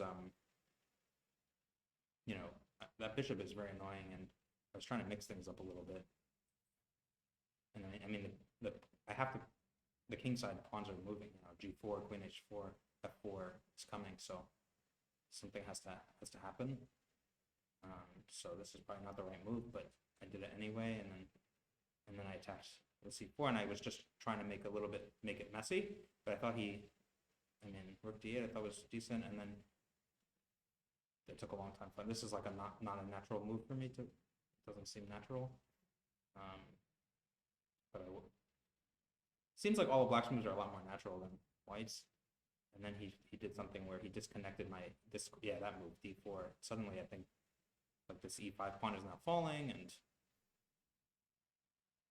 so I have to go do a deep think, and this is when at some point in the next couple moves when I saw that thing where I could give up my rook, and I thought, okay, probably he's gonna go for this, and then I can just play queen e1, lose the rook, and then just not even take back the knight, just play rook f5. And when I saw that, I thought, even if it doesn't work, at least I'll be having fun. Well, yeah, it was nice. It worked. I liked your game. I think you're under evaluating your position a little bit too much there. Yeah, somehow it just doesn't feel. He's underdeveloped, so it cannot be that's true. so good for him, and he hasn't really solved the problem of the bishop in c8 this entire game. I don't know. That's true. That is true. Yeah. So anyway, I think here already, actually, I think rook h5 is, because I looked at just this the computer afterwards very quickly because I didn't have a lot of time, but actually I think rook h5 is the best move, which it's one thing when the computer says it, but I didn't know that at the time. Yeah. So I was like, okay, I'm still letting his knight run away if it wants to, but of course, I can't. I mean, it's a nice position because like technically you do have like a rook down technically in this position, so it's nice to kind of have some position with. And then actually it was a few more moves. It wasn't even like right away, but eventually, this bishop c3 was like a quiet move, I guess, just to stop e1 in all variations, and then he walked into mate. So. No, good, nice. Cool. So thank you for letting me share that. Yeah, sure. That's. I think it was nice. I think you're again under evaluating your skills there, but you did very well. Sorry if I offended you at some point. It's fine. I'm just teasing you. I'm just I always try. Depends how annoyed I am at the moment. It has nothing to do with anyone. Also, maybe I wasn't playing well, so that's possible. Maybe. Did we play or what happened? No, I think it was just one of these tournaments. I don't know if it was Colonial. It was one where I think it was your first time doing it. Maybe. Oh, okay. This one? It might have been the Cherry Blossom in the previous year. And they said, Sabina, is doing it on her Twitch channel. But you weren't, I don't think you were here. No, I wasn't. This is the first time I'm here. And so I just logged in to look, and I looked at some of the old videos, and it was like, I was on the live board a few times, and I remember you going through my games. And like, okay. I'm sorry. I'm sorry about that. It's okay. It's not personal. I don't know a lot of the faces. I'm not, I'm just commenting on the game.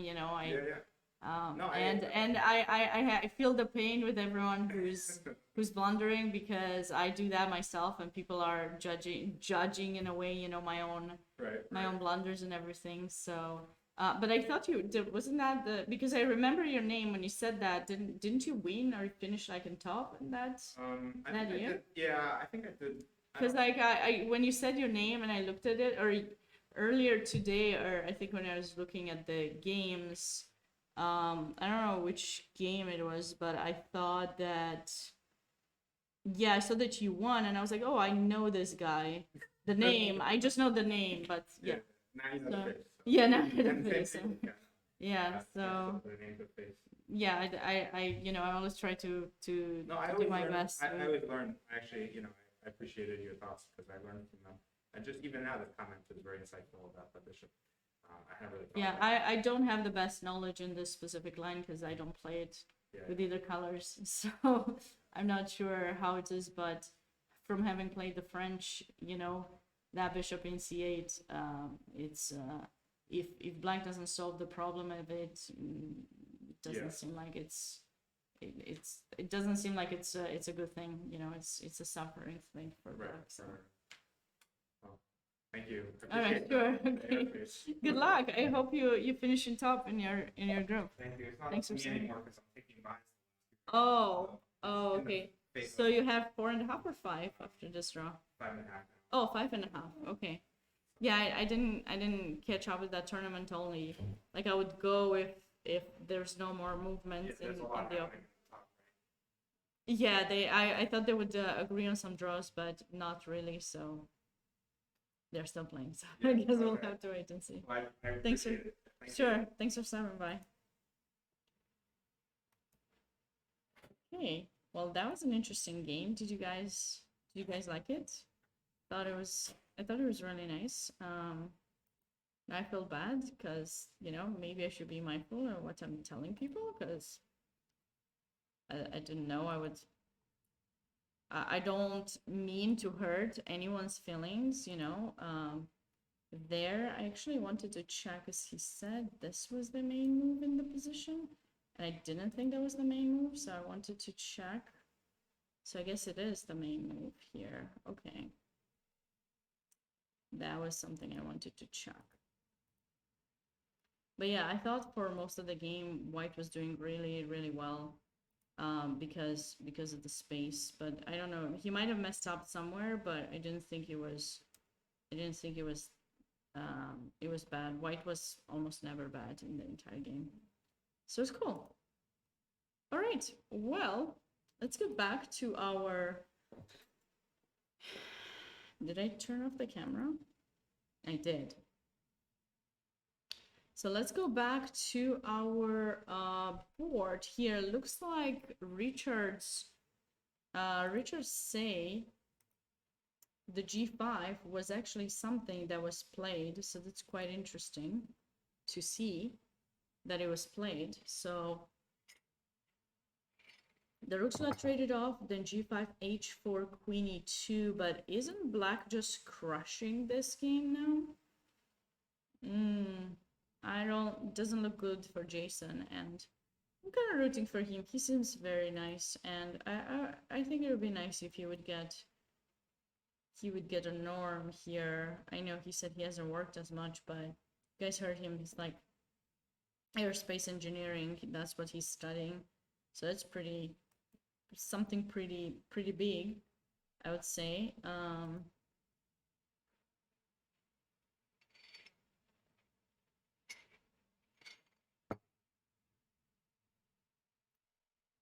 Queen E2 takes here.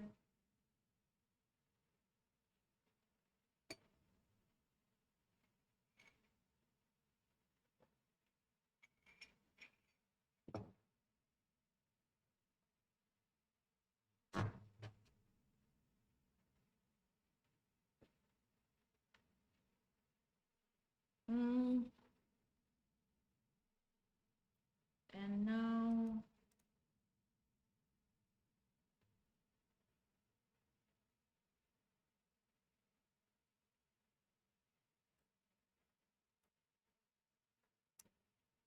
now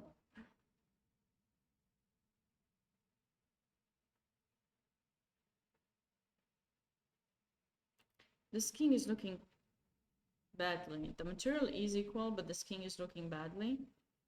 So the question is, does Black have any way to bring in more pieces? This knight would be great to be brought into play, but you can't bring it through here. I don't know if this would do something, might be too slow. St. Louis Chess Club! Thank you for the raid. I don't know that I have any mods right now, but I'm gonna give you a shout out. Oh, someone did give me a shout out? I don't know. Thank you. I really appreciate it, St. Louis Chess Club. Welcome everyone. Who is raiding me? Well, definitely Tracy. But welcome. I'm Women's Grandmaster Sabina Foischer, if you don't know me. And I'm currently in DC, in the DC area, in Virginia, doing commentary for the 10th edition of the Cherry Blossom Open. It's been a very exciting tournament. We are currently looking at round 7, and it's very exciting because a lot of players, a lot of strong grandmasters are facing each other this round, and we are all really like biting our nails to look at these games and see whether there's gonna be decisive results for the top places. There are 4 players sharing. Okay. Sharing, not 4, there are 8 players sharing first place at the moment. The first board finished with a draw. One of St. Louis' actually locals, Grandmaster Ilya Nizhnik, played against Gergely Kantor, who I believe said he was going to Webster as well. So basically 2 St. Louis locals. So he came right in time. If you're following any of these guys, you would know, you would know them.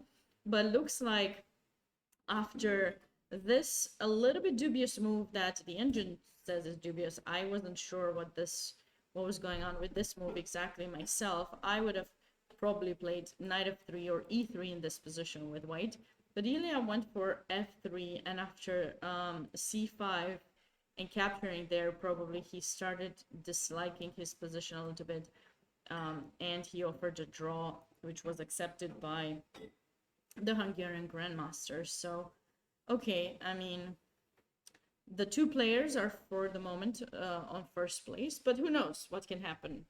The round is still very long. We're 2 hours in already. I didn't even realize the time has passed so fast. Let's see how the other boards are doing. So when we left off, I was saying that I thought the trade in b6 was going to happen, which seems like it did. And after d5, queen b5 was played. I thought black was going to continue with b5, and after rook c1, just go rook c8 and try to make some trades. But instead, Grandmaster Berg went for queen b5, an interesting alternative, offering a queen trade. But the thing is, if you take, maybe there's going to be some issues on the a file, and with the rook in e4, it can just easily switch over. And it might not be so easy for white. If you play a3, maybe at some point b4 is going to be played. Trade a pawn off. The rook once again will come in and put some pressure after the rooks are going to be traded. But I mean, we cannot really evaluate this position that someone is better, I would say, because, you know, black has 2 pawns on dark square, so the bishop is going to put pressure, as, you know, the knight will be able to capture d5, b2 will fall, and if all these 3 pawns are going to be traded, definitely the game will peter out to a draw. But anyways, white decided to avoid the queen trade, at least not in b5 here.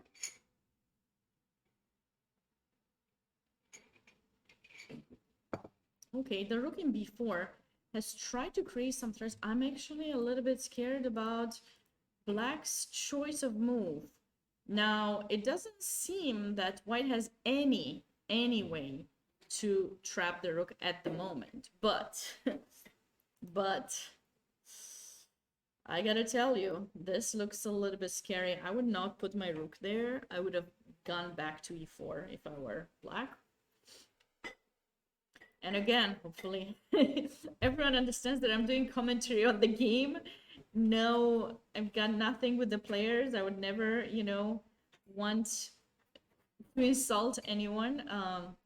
Felt bad that the player Daniel, coming earlier today for the stream, seemed to have felt not happy with what I said about his game, but what can I do?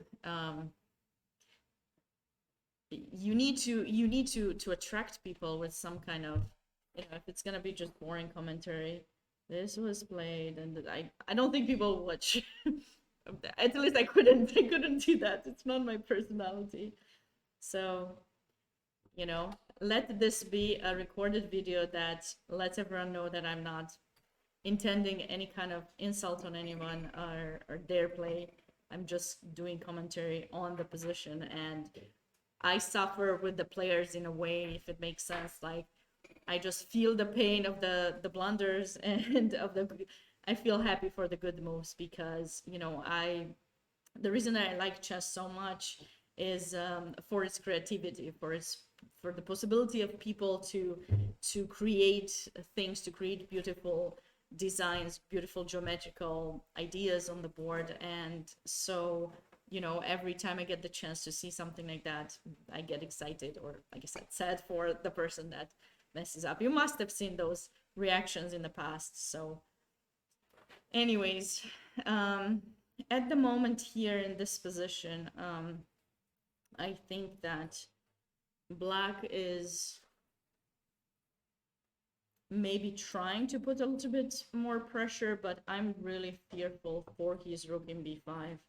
I don't see any way for white to actually trap it, because anytime you try to move a rook over or try to get the bishop here or something like that, you can't block your rooks because this pawn is going to be hanging. Okay, bishop f4 looks nice, putting pressure there, but I think black can easily protect that pawn with knight. Oh, wait, knight here, maybe?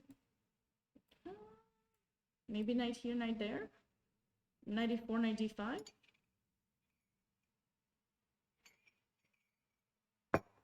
That is a thing that can happen, you know?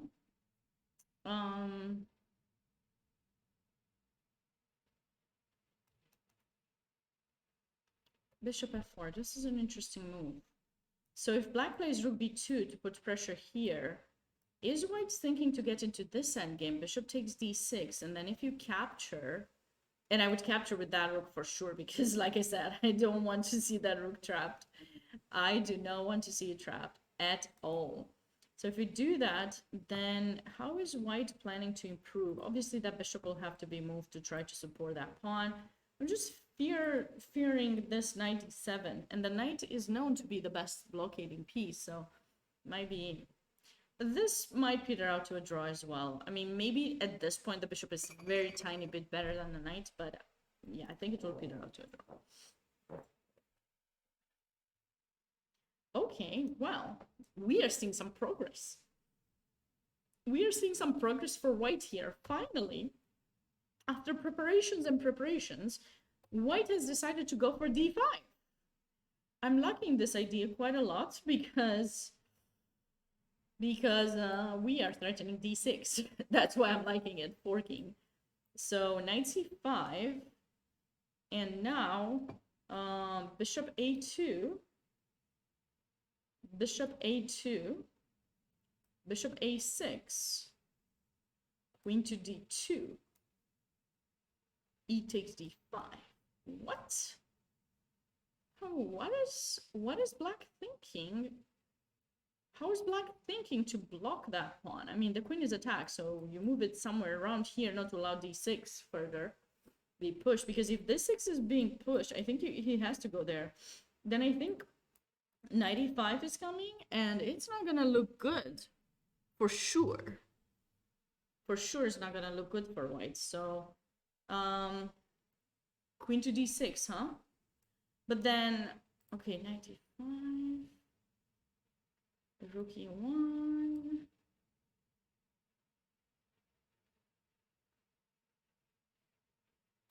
What about this? Or this? I like white. I do like white in this position. I don't know about you guys, but I know that I like white in this position.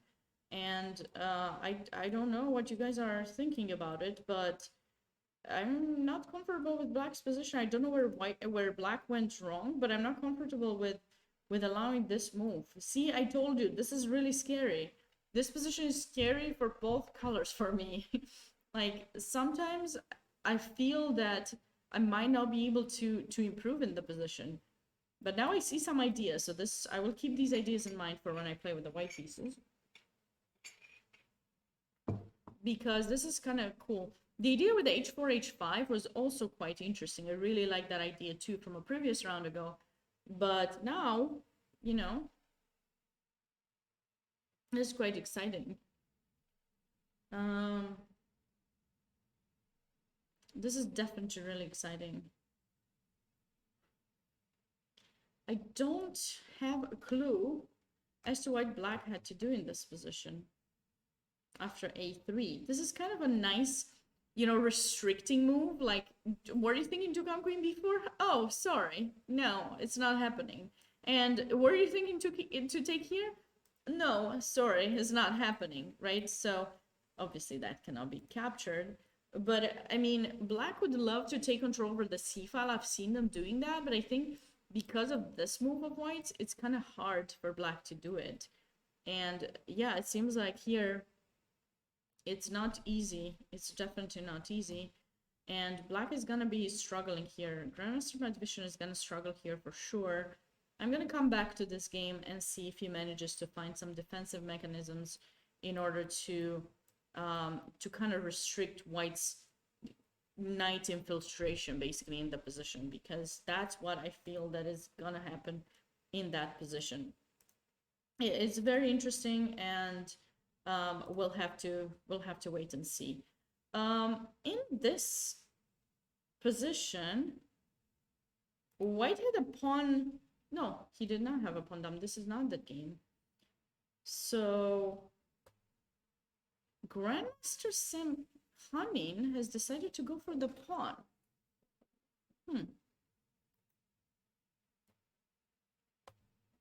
Are we gonna have some sacrifices? You see these pawn structures, every time you see a pawn in e5 versus one in e6, if there's no knight in f6, then you're gonna be able to put pressure over there. So that is some kind of tricky position that you have to deal with. Knight d6. Okay, this is typical for QG. These positions where these four pawns get traded off, or even in some of those lines where black remains with a pawn in d4, that d6 square becomes a very unpleasant square for black and very pleasant for a white knight. If a white knight reaches that square, it's gonna be very unpleasant. You gotta trust me on that. So black couldn't stand the bishop there, the knight there. The problem is there's a pressure on b7, so it's not like you can take your bishop out. In some cases, you can get your bishop out, take your rook out. In this case, you cannot. So I guess black thought, I'm gonna get rid of that knight and then proceed with my development, I assume. So the question is he gonna try to go bishop d7 and take his bishop out this way? Or is he going to try some a6, getting the knight here, or even blocking the pawn, and then some b5, and then developing the bishop there? That might be a little bit too slow, considering how advanced this pawn is, and the fact that white has a bishop pair and is supporting that pawn. But we'll have to wait and see. The point is that if black places a knight in d5, the file will be locked, so the pawn will not be able to advance further, which will certainly just stay in d6. So it's going to be interesting to see the follow-up of this position. Moving on to the next one. I thought white was starting to get a slightly better position, but how did black defend? King f8, so we did consider this move. Oh, d6. Aha, check this out. So king f8, black needs to find a way to escape the threat of rook e1 and the pressure on the bishop in e7. So king f8, d6, takes, rook back. So black decided to just go on the defensive mode. That d6 was really cool, actually, d6. So did we have to take with the bishop? So what was happening? Yeah, I did mention that, but oh, okay, if pawn takes, then we do this, and I didn't mention this. So he decided to take with the bishop. Was there an alternative here? Like, I don't think this check was doing anything, right? Takes. And then this pawn is saying e2. I don't think this would change anything too much. I don't think. Maybe it would.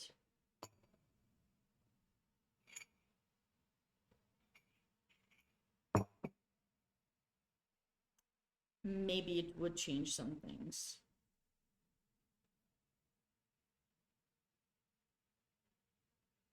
It could certainly change some things.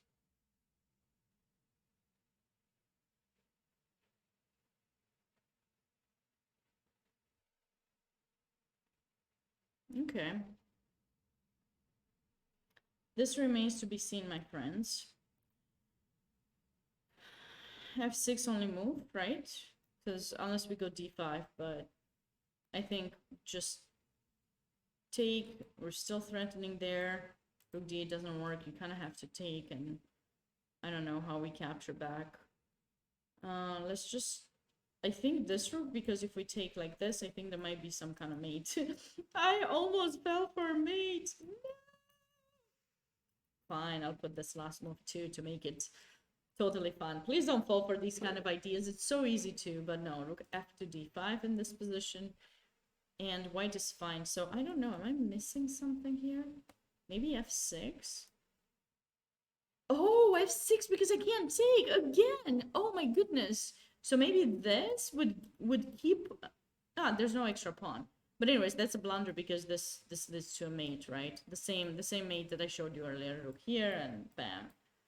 Okay, so f6 maybe in this position could kind of keep some kind of pressure because black has the bishop pair. But instead, bishop takes d6 was played, which allowed white to take, and black went on defensive mode for a little bit, was forced to give up the bishop for the knight, and I think this is quite equal.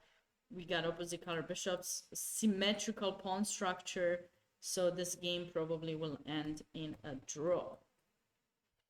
Okay, all right.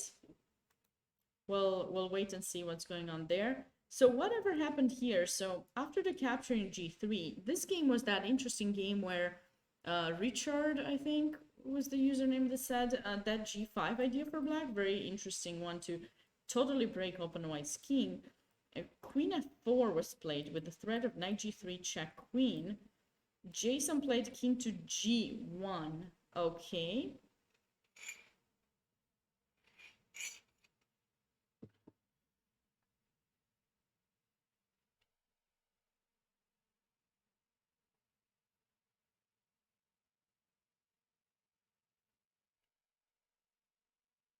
I do believe that for black, in order to actually have some pressure on white's king, which is much weaker than black's, I believe black has to find a way to get this bishop, this knight, I apologize, get this knight into the game. So it's gonna be through one of these squares, but you gotta figure out where exactly you want to get it to. At first I thought maybe f4, but now that black has the queen there, is it e3 maybe? That way the knights protect each other and then the queen can go back to g3 and try to set up some mating net. I'm not so sure. I also am not sure exactly what is white's next move because this knight is bound to stay to protect those two pieces. This bishop is kind of in a similar situation. Keep that protected, but if we move the knight, obviously. This queen, I'm not sure where it can go because this knight could come in this way. And with the queen and knight in attack are very strong. Like, very, like... Okay, so it looks like he just brought in his knight. And I did expect some kind of a piece being brought into the game. I thought that was, like, really, really important. Okay. So we're gonna get into that and see what happens. Okay, going back here. Ooh, Sahil is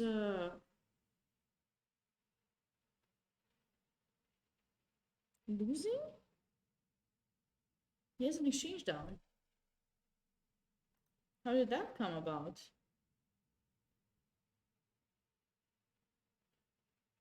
Okay, I thought the position was quite... Oh no, I did say this would happen. Rook b6. Okay, so we did consider these potential moves because white was threatening some kind of entrance that way. So now we're chasing the queen away. Okay. Okay, see? I told you guys. I told you that was gonna happen. I'm actually surprised about this move. I'm not sure Oh, I get it. If you play bishop a6, there's gonna be bishop takes c7. Okay, so he went queen there. And why didn't white castle in this position? Is f6 a threat? Bishop takes c7, rook c6. Oh. Oh, that's painful. That does not look very happy. This traps the bishop. So he played h3 to avoid some kind of situations here maybe, but this stopped him from castling now. And with white staying with the king here and the rook here, you're basically playing without a rook, and black's position is just improving slowly. So even if they trade it off to an endgame, oh, cute tactic. I don't even know if that was necessary, but in a way, you gave up the bishop for a pawn, and now takes that rook that wasn't into play, but you know, still an exchange. And now the rook can go out. Of course, you're not gonna You're not gonna allow white to trap your rook with knight f1. And this position does not look comfortable for Sahil. I think black is on his way to win, unfortunately, for Sahil. Josiah has had an up and down tournament too, though, so I don't know which one of them for how I feel. I don't know how I feel about the result of that game. But I did mention that we stopped around here, and I did mention that this was going to be definitely an attacking game. And it seems that Anna is putting a lot of pressure on black. Anna is also from well, living in St. Louis. She's going to, actually, which Webster? I believe she's going to Webster University. So lots of St. Louis people around in this tournament. If you've joined us from St. Louis Chess Club, thank you again very much. I appreciate you being here.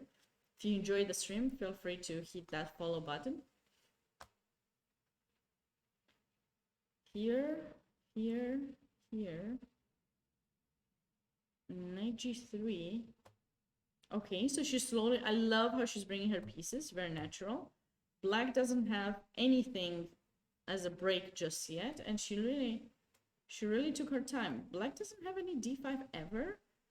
When black plays d5, don't forget, we talked about this. If d5, if this ever happens, you want to make sure you don't get blocked there. That's an important thing. So make sure you can either capture or do something around it, but just make sure you don't get blocked, because that could be an issue. Maybe d5 could work here, but rook there was played. Of course. Oh, the exact same thing happened, just they got rook d8 and h4. Okay. h5, knight c4. Okay, so black is trying to take the matter into his hands and just put some pressure on this side of the board. Anna is retreating nicely. This is a nice prophylactic move. Obviously, the bishop was attacked. You couldn't give it away. And g6. Now, I'm not liking that move. What is white's threat exactly here? That black had to play g6. Like I said, I think you have to find a way to get this move in, or else white is going to block you, and then this bishop in b7 will be dead, and so will be the rest of your pieces. So you need to be very cautious about those positions. After g6, h takes g6.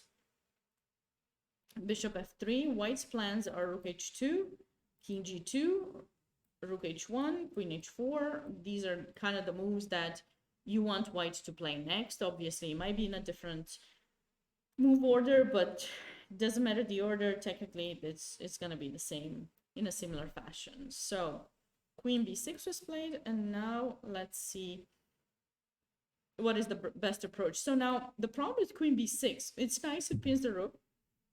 It does not allow the rook to go to h2.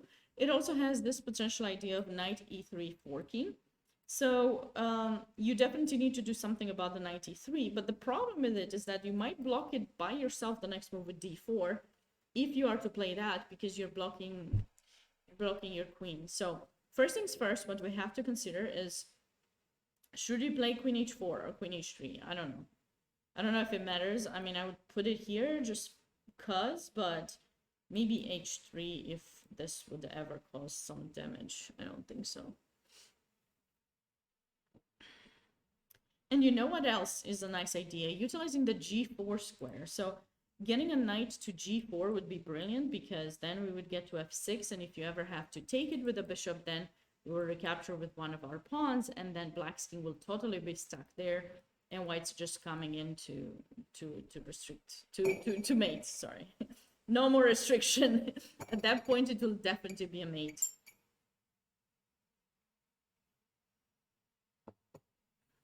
Okay. All right. Okay.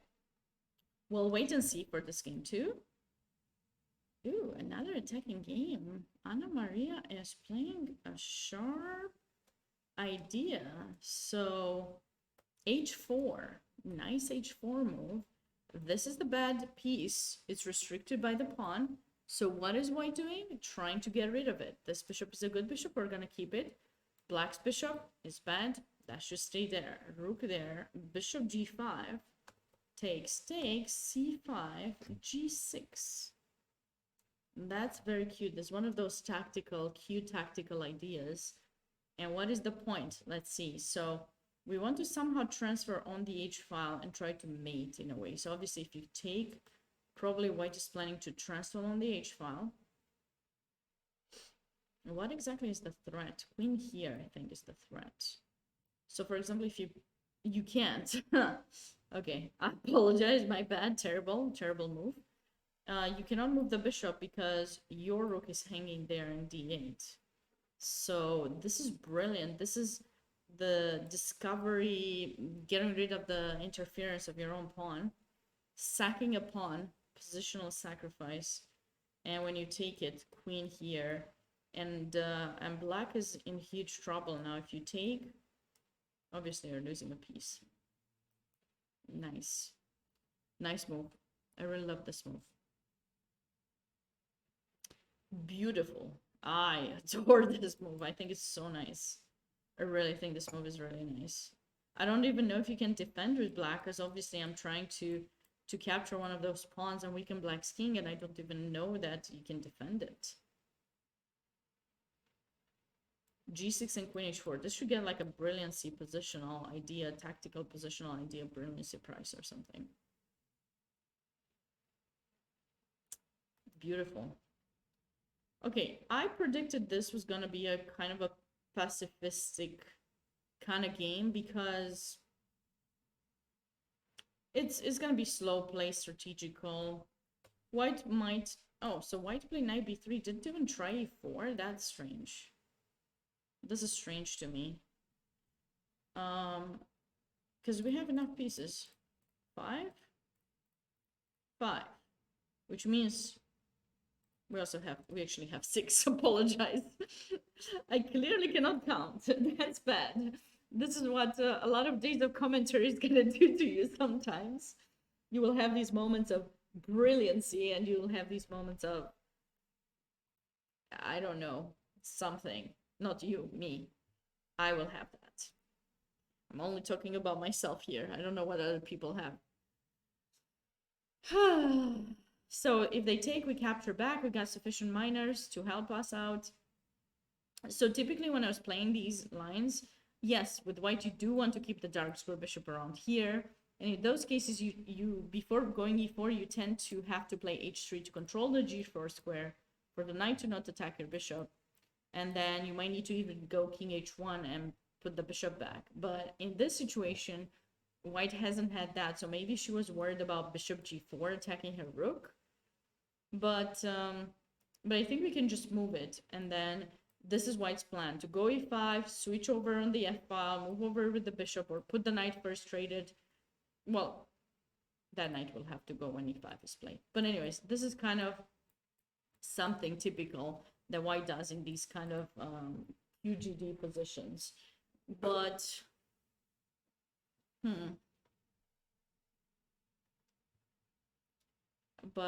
she chose to go knight to b3. She's trying to get the knight there. Okay, fine. This is nice too. I like the knight in c5. Maybe she's planning for the minority attack in this situation since she didn't go for e4. Or maybe she wanted the knight to be there before going e4. Just from there, it can be chased away with b6 eventually. So maybe she's attracting that. I love that move from black. Now e4 is not possible. So, okay, white might not get e4 anymore at all. This is a great move. This is quite typical for black. Now if you trade, knight takes, I assume? I don't think pawn takes can be an option. Maybe. And then if you go e4, well, actually, I guess you could get e4.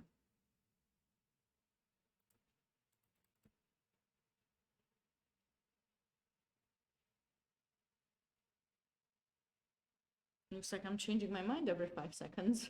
That's definitely not a good thing. Where's the knight going? Okay, there's no threat yet though, because if you take, I might sack my queen. Maybe I go knight here. If you take, I might sack my queen with a little mate. And maybe next they move the knight. Okay, something like that. Black would love to get, you know, the trades of the bishops and then get the knight in f5. Maybe even place it in g7 and keep their king safe. That's something that black has the tendency to do in these types of positions. I think it's pretty comfortable. Okay.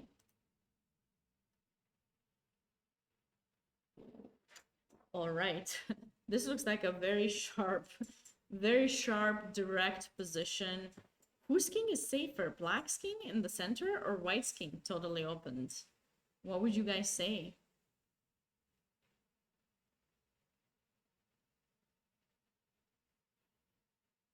I have got no clue.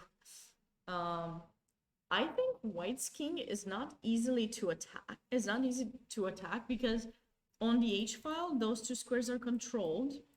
This is controlled. The G2 bishop is protected.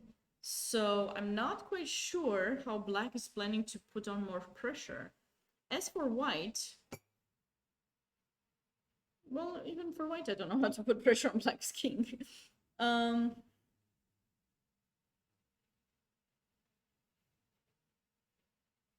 white is up a pawn. It's double pawn, but it is a pawn. If white could somehow regroup, maybe they had some chances, but I cannot evaluate this position. Does anyone have any ideas? Please help me.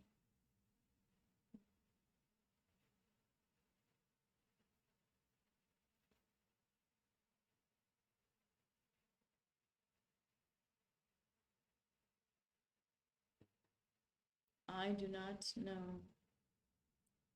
I do not know.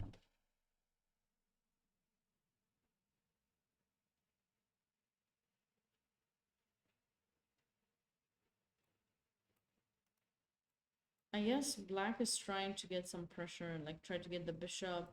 We'll try to go maybe bishop here. Has ideas like this. It has some ideas to kind of weaken a little bit white's protection, but it's not so easy to come up with a good idea. Okay, we'll come back to that. So this was a King's Indian. Compared to the King's Indian this morning that we've seen, this seems like a very good King's Indian position. Would you guys agree?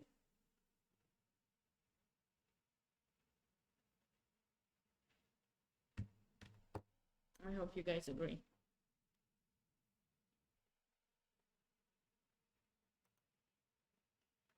This game ended in a draw quite fast.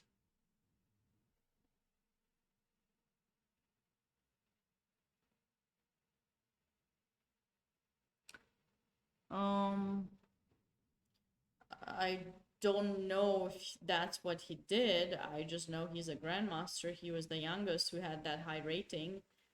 I think I don't know how he won the rating. I haven't paid attention to it. I know he had K40 and he won a lot of rating points. I don't know how he did it, but he's still a grandmaster still. What's his rating right now? Let's check.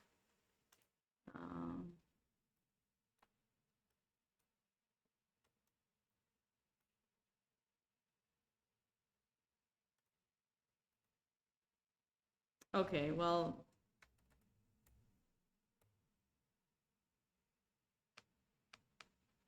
he's close to 2600, so you know his level is there. He's around 20. I don't know how old is he? He was born in which year?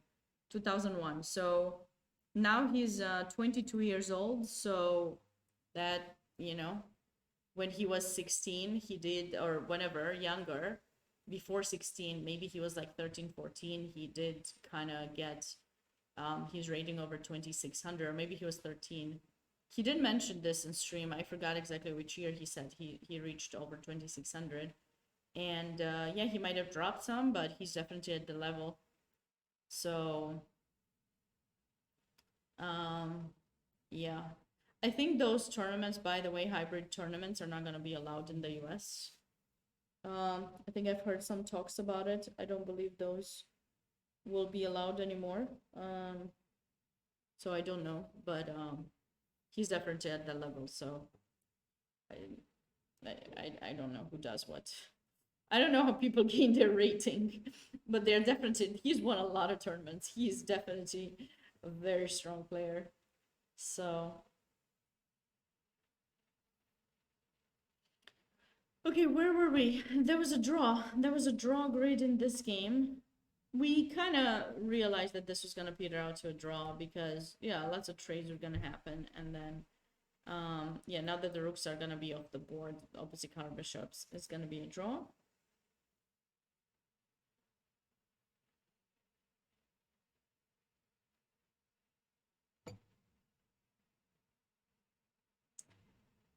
Moving on to the next. No, there was another decisive. So we were looking at Keaton's game. So around here somewhere, the position is similar to what you've seen before. So black played f5. This is an interesting choice. Takes, rook to d5.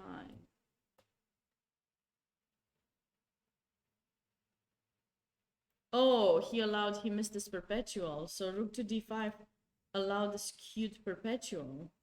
And you cannot really stop it. Even h6 doesn't stop it because beautiful knight g5. And if you want to draw, you're gonna draw. Nice. This is nice. Okay. Mark Plotkin won his game against international master Oladapo Adu. Actually, I know Oladapo. He was watching my stream sometimes, I think. Bishop b5. What? Okay, maybe this is the move. Maybe that's the move. So I guess knight c6 is bad because... Why is this bad?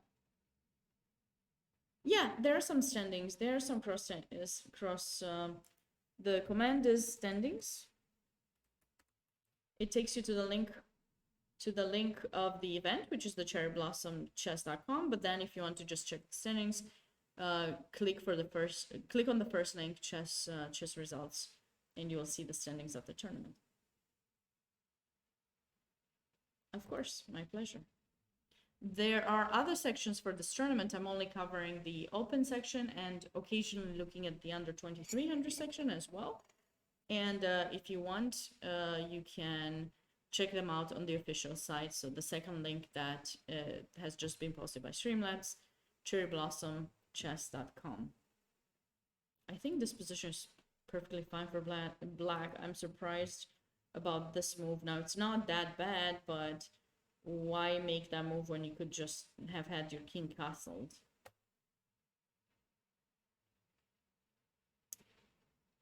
Okay, black for now has not finished his development, so that's not good. Come on, Oladapo, why would you do that? I mean, I guess it's not that bad because, you know, this weakens that pawn, but... Oh my goodness, what are you doing? Why did you do that?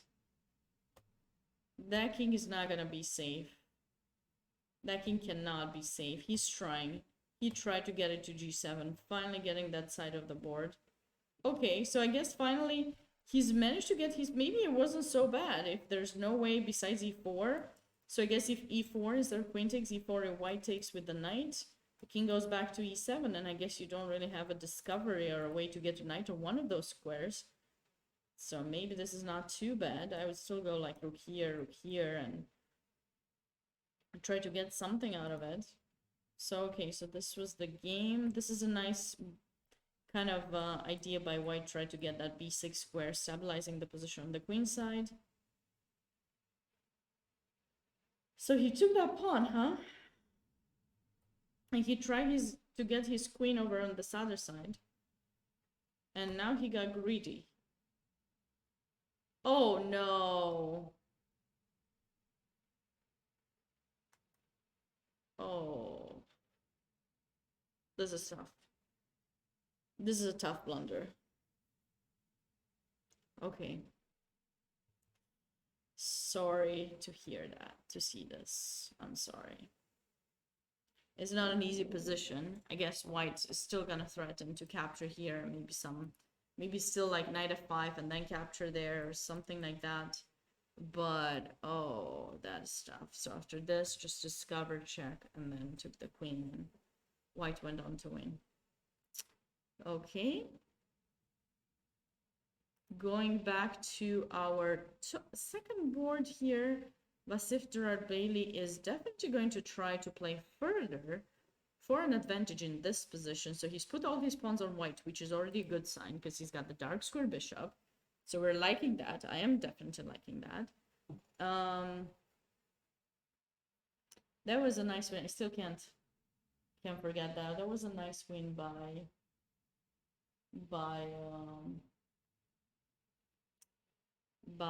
International Master Plotkin.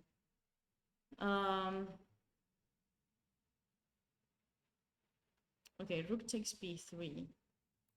There's a pin. Okay, so this seems natural, right? This seems natural. Oh, does it? Takes.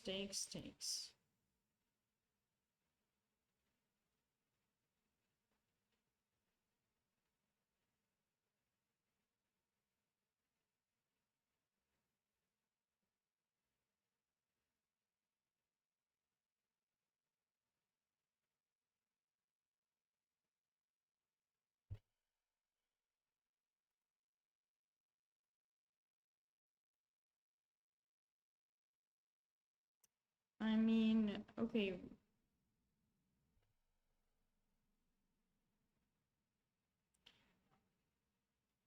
I don't like the knight here.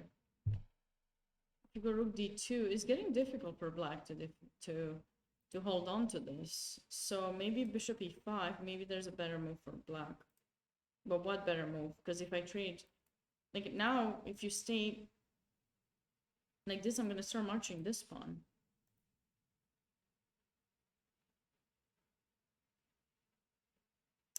You have this check.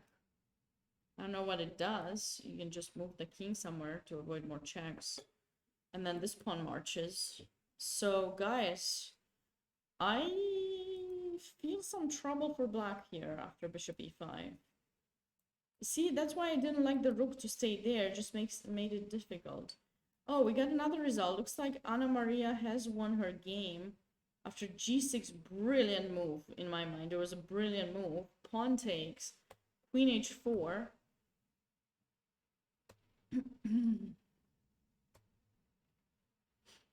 King f8 was played, and this allowed rook takes d7, and black resigned because after rook takes, queen takes, there's queen h8 check, king e7, queen takes the rook, and now white is going on for a win because there's pressure on that pawn, so an extra piece.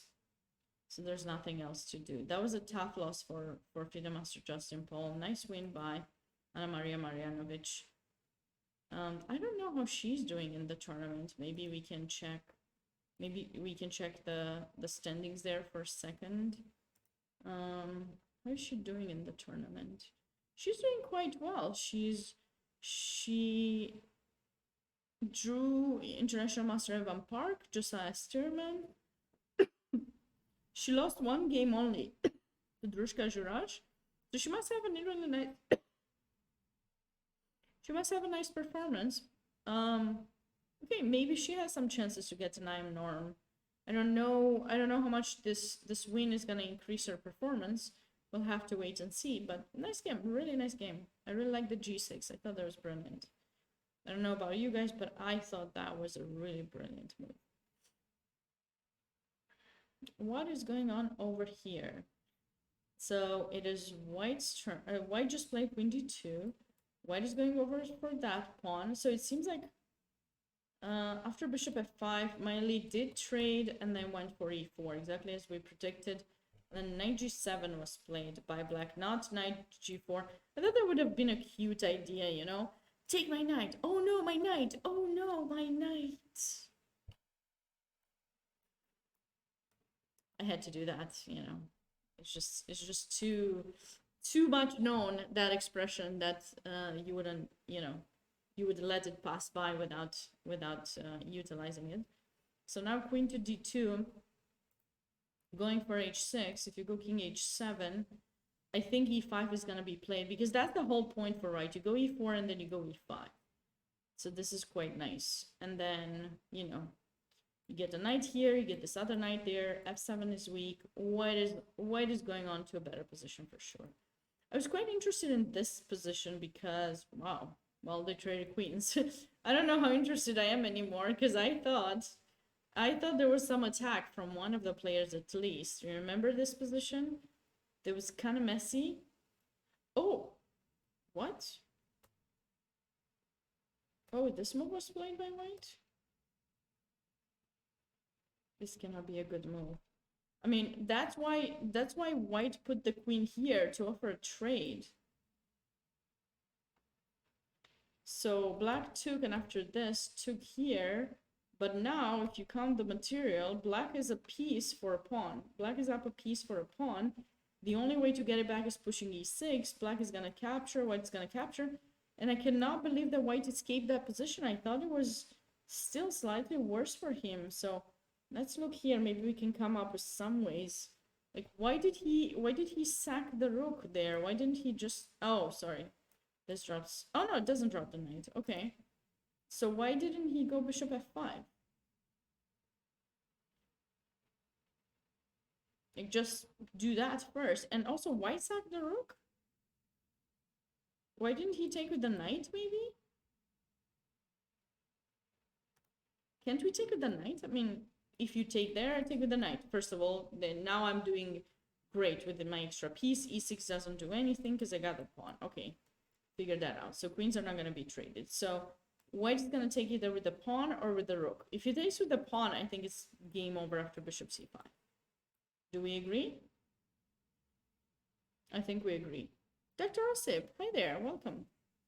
So rook takes f4. Rook takes f4. Ah, but now he can do the same thing again. Takes, takes, takes, and how's the material like? This is equal, okay.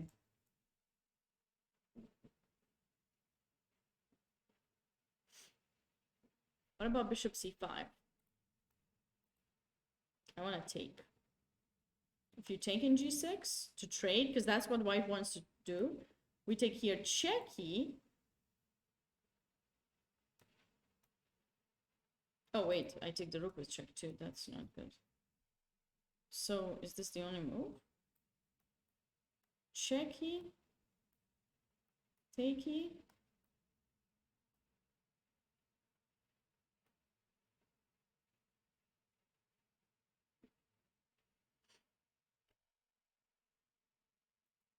If I take, he takes, and that's not gonna bring any advantage. Oh wait, I could take here, but then at some point I do need to take that pawn. Oh my god, can black castle in this position? Did black ever move this? Did black ever move his king in this game? Because if he castles, he can go there. Can he? Oh, okay. Okay, this is a really long line. I mean, I'm way ahead of myself here. I don't even know. But I got bishop e8, and I think I can hold on to my extra exchange for a knight. That's still hanging. White's position is not so safe-ish. The knight comes into play. You gotta be careful, because if somehow the knight actually makes it to e2 check and you can't take it, then the rook goes on this other side. Maybe you'll get mated. So I'm not so sure how things will go here, but I believe that white is doing quite poorly in that position. So I think this move wasn't necessary. He must have missed something. He must have forgotten about this move e6, and this just saves the game. So maybe that was the problem. So here, let's check it again. This doesn't work as a bishop c5. Okay, so takes, and then not takes, because again the queen will be captured, but bishop c5, trying to get that pawn with check. And I don't think you can go, I mean, you could go back, but then, yeah, actually, what about going back? Maybe we can go back. I mean, but black doesn't need to leave the, thank you, appreciate it, Dr. Arsim. The queen doesn't need to stay there. The queen might be able to move somewhere. It doesn't need to trade. I also can take and take the rook, yeah. Oh, that could have been a big miss. Oh, we got another result. We got another result. Josiah has won his game. We kind of predicted that after around here somewhere after he won the exchange. Yes, the game continued a little bit more, but okay. He ended up winning this. The final position was a few moves later. There's no way for white to defend, unfortunately, due to this bishop being kind of totally dead there. And there would have been nice to have some kind of stalemate, but there's no way. Tough loss for Sahil. Nice win by Josiah. I hope Sahil still like comes back somehow with a win in the next rounds. Let's move over, or let's go back. Bishop e5. What did we say? Bishop e5 was played. Okay, I need to see how is Grandmaster John Burke gonna save himself in this position, because it does not look very safe. It is not. It is not looking safe-ish.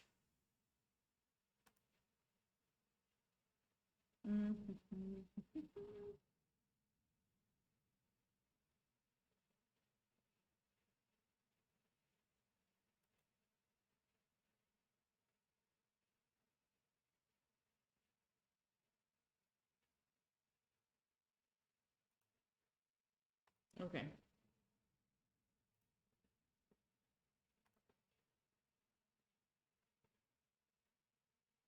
Okay, we're liking white here, don't we? Aren't we?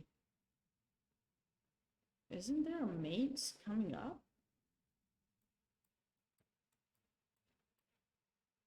Or maybe just check and I can't play h4. There's this check too.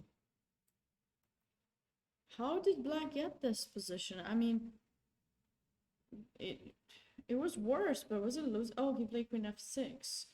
We said maybe queen d6 was a move, but he ended up going queen f6.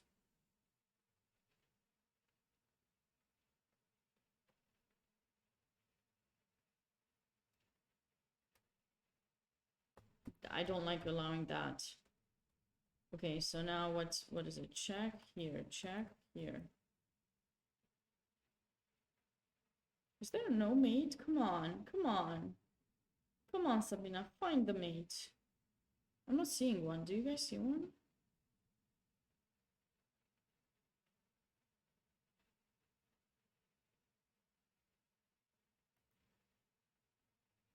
So this is the position. Okay, let's think. I don't see a way to take control over h6.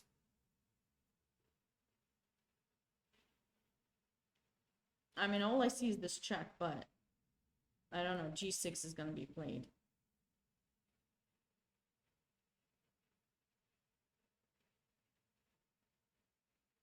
So it's not mate. I'm a little bit worried not to trap my queen in the corner, because you, out of everything, that's one thing you don't want.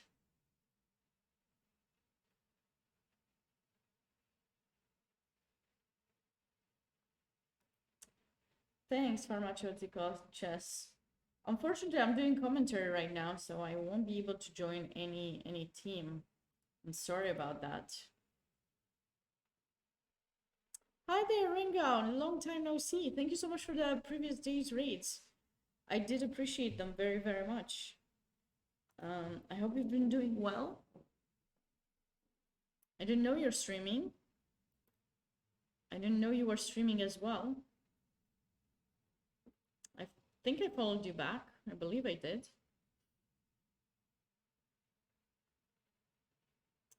Come on.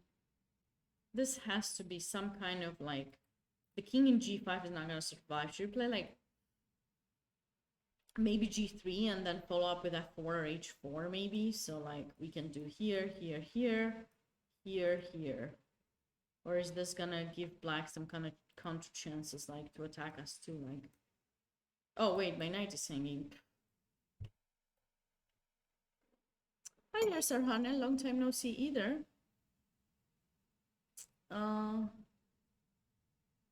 It's pretty fun. Nice, Ringo. Happy to hear you're enjoying it. it is enjoyable at first. Then it becomes a little bit stressful. Then you're gonna spend a lot of time improving the look of your screen, and then you're gonna buy a bunch of new devices to make it look better and better. And then you know what's gonna happen to you? Never mind, never mind. I was thinking about myself. I was just forget about it. Forget about it. It's a tough world out there, but I'm glad you're enjoying. I'm glad you're enjoying the stream. It's a really tough world out there. I literally just set up a phone header that came in the mail yesterday. I see. Yeah, the problem is that sometimes the investment is much bigger than what you get back from it. So I think you have to think of it the way, like if you actually enjoy doing it and you're doing it because you think you can, like first of all, you yourself are feeling good about it, and then maybe someone can benefit from it too. That's the second plus. And if that's the case, then you don't care about the monetary value, then you're doing great. If you start caring about the monetary value, there's a big chance it's going to be very tough, I can tell you that. Because, you know, sometimes, like, I know at the beginning I wanted to put so much into it, and then I was like, okay, let me see though first. And I'm glad I didn't invest more than I actually did, because I didn't do very well with my own streaming. But I am doing, I'm spending a little bit more time these days, so I have invested in a few things too. I guess I still have to invest. Casual Player was sending me this link that I haven't checked yet about getting, like, if you're gonna travel or something, you can get one of those foldable screens, because like I have my computer and then I have my tablet, so it's just sometimes it's tough to move things around. So when you have the tablet, it's a smaller screen, so you definitely want to maneuver things easily on one thing. So think about that too. That could be a good investment, foldable, like, unless you're just gonna stream from home, then you might want a second monitor for sure. I know from own experience, it's not easy. It is not easy. Just Lover, you just got back. Welcome back. Does an immediate A4 have any teeth? A4? This move?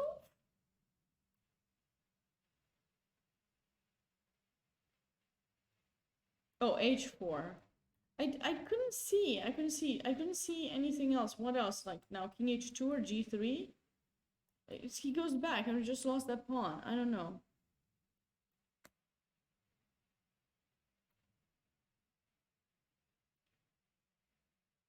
From the start, I see. Okay, looks like anyways he didn't do it. He played bishop b1.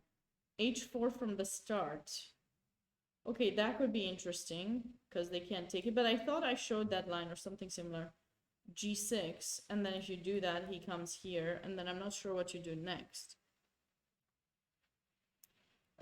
Regarding Burke's game, did more moves happen? Yes. I thought White has some chances to go for a win, but I wasn't sure. You probably saw a little bit ahead of time, Chess Lover, because we have 10 minutes delay. So I thought in this position, this move had to happen, this, and then I wasn't sure what Black was gonna do. So he found F6, okay. Bishop D4, I'm loving this setup. So you gotta figure out what you do with the knight. So you might need to go to the rook C1 or rook D2.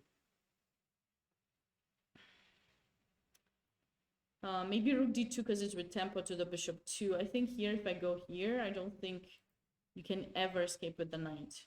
So you probably have to go rook D2. But, okay, so you're also attacking, and if I take there, you take here, so, okay. And if I go rook b4, you got a5, I go rook c4, and then maybe you escape. Okay, maybe this is gonna be still a draw. Maybe f6 was a move that I couldn't find for black there. Okay, nice. This is nice. This is a nice move that I missed.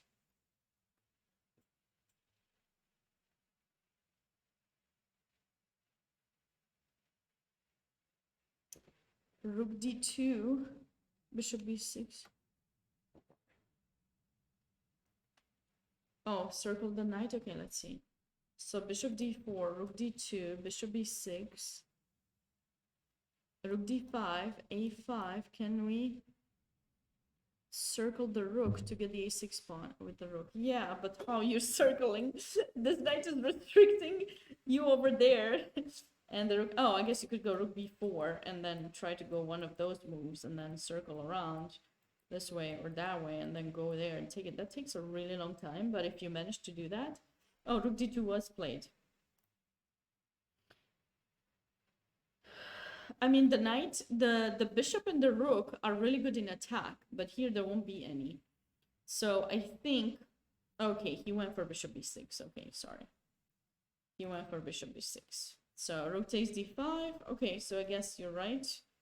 I don't know if that's what was played in the game or not, but this is certainly what we are anticipating is going to happen in the game, and now I don't know.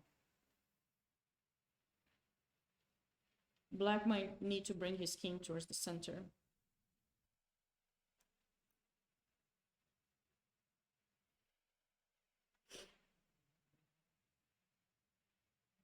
Maybe something like that. I mean, I'm sure Vasif is gonna keep playing. If I were right, I would keep playing here because the bishop should be stronger than the knight. But it's kind of stranded indeed. But I don't know.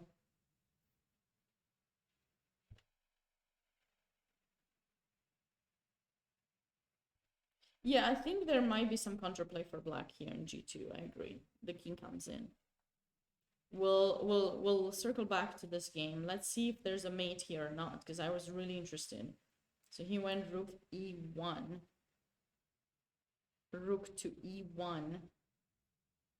Oh, I see the threat. Something like this and rook there, maybe. Okay. This looks unpleasant. It looks more than unpleasant. It looks really unpleasant. What if I try something like this to trade your bishop?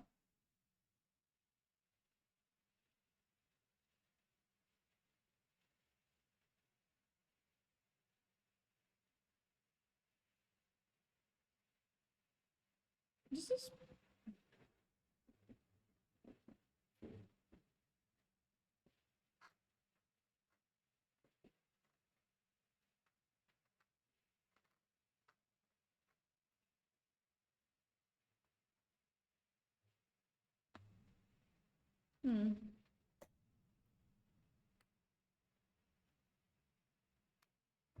Samuelson? What board is that? Last board? Okay.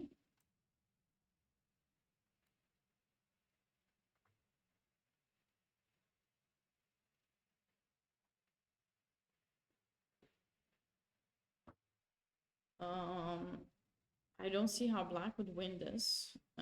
Because check I'd go there and then you can't push. It's interesting, but maybe he can win. So that's a check, and then maybe he can try to put some pressure.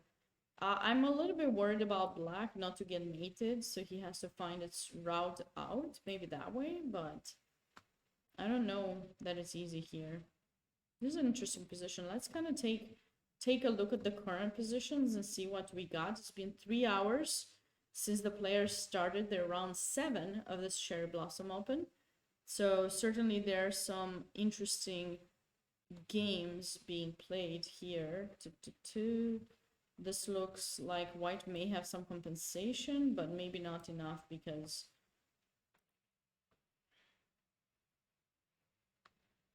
maybe not enough.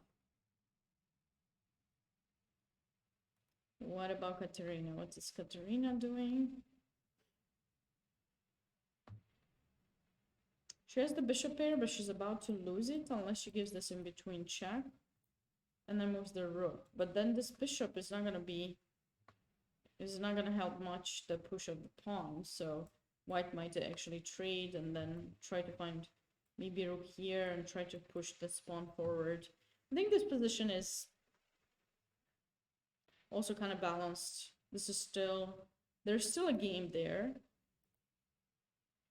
White has an extra knight for how many pawns? 3. For 3 pawns. But I think this may peter out to a draw too.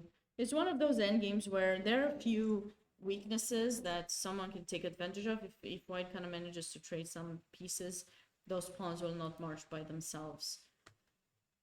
Wow, look at what white got in this position. I mean, but it would have been great if he had a rook too to try to get to h7. Like, this is kind of locked. His position is kind of locked down for now.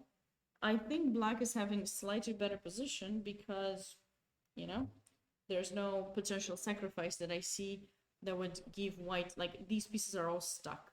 There's no coordination into how they can get to that, you know, king in h8. So that's not really something possible. This game is over. White won. What about this game? I think, is this a game that we saw earlier? No.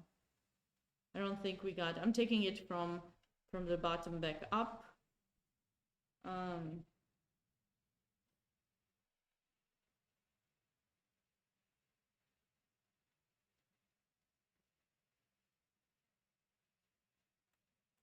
This is interesting. This might be a threat further.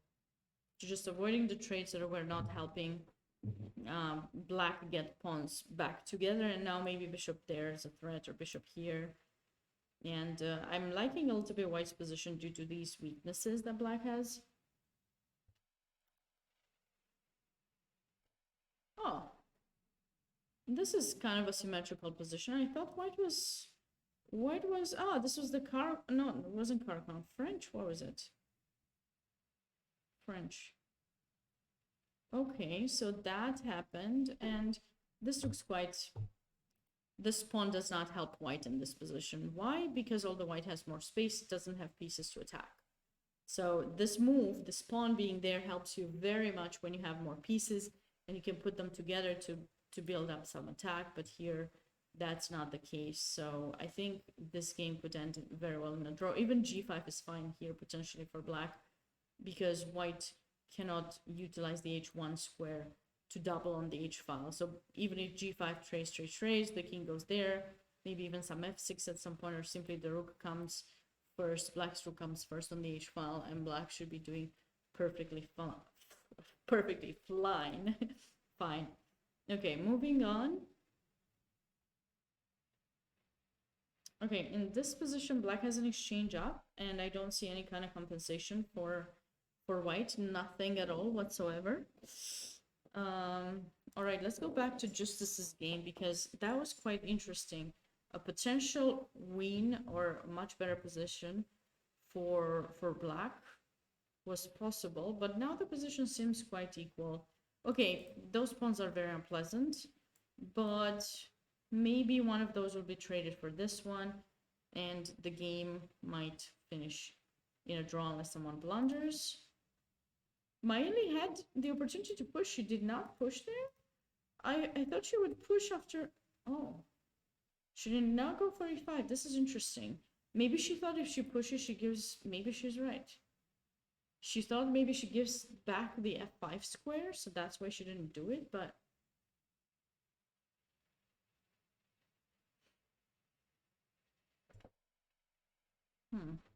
okay. Oh, one more result. We got one more result. Looks like Jason unfortunately lost his game against Juraj. Let's see how that finished. So, oh, this was his blunder. This was his blunder that allowed, yeah, we remember that idea that someone in the chat found, very brilliant, g5, that black played, and now that everything got traded, those knights probably came into play. Let's see how black finished this game. So the knight was brought there.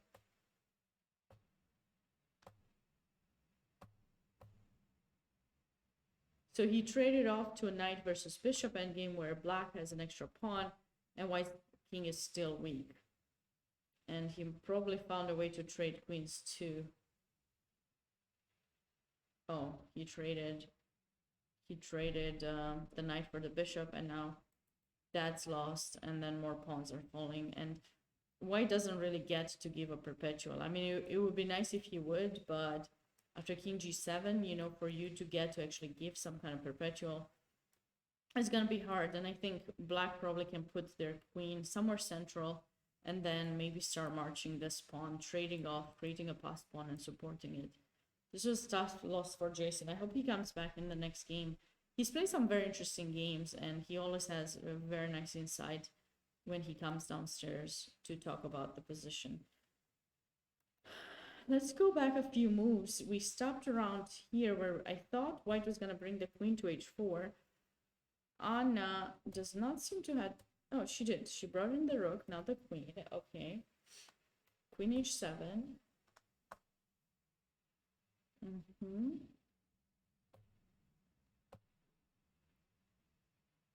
Bishop takes g6. This is cute. Okay, bishop takes d4. The king's just gonna move. But what exactly is... What's the... King h1 or king g2? Probably king h1. I don't wanna allow any more checks. And what exactly is white's threat? Like if I go back here and try to give some... Maybe you go here? But then can I take... No, because a check and then take here. Okay.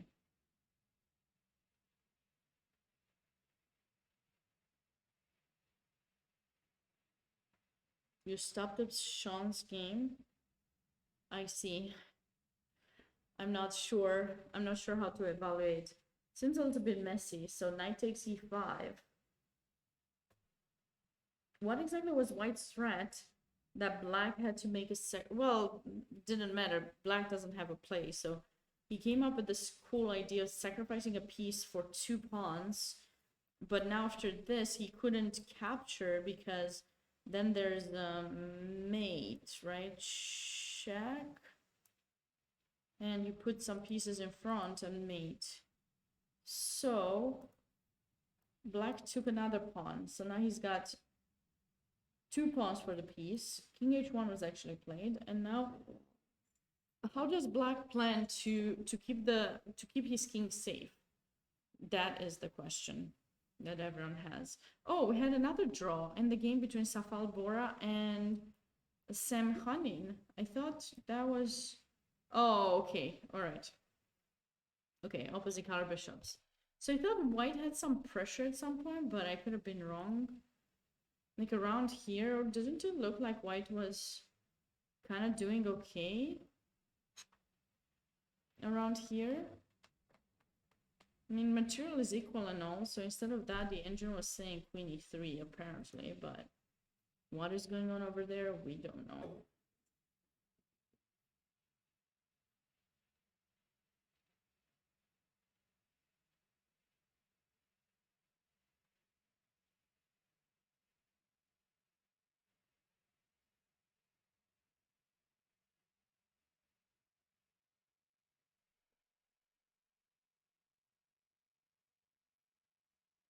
I mean, the a file was open, so yeah, rook a8 seems very natural for black to put pressure.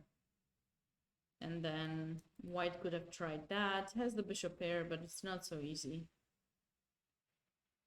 It looked easier said than done. Maybe after giving up the pawn. I like that idea, but I guess it wasn't sufficient for white. The fact that black is not developed, it wasn't so easy to convert.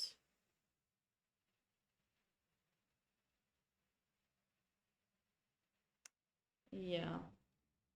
Okay, moving on.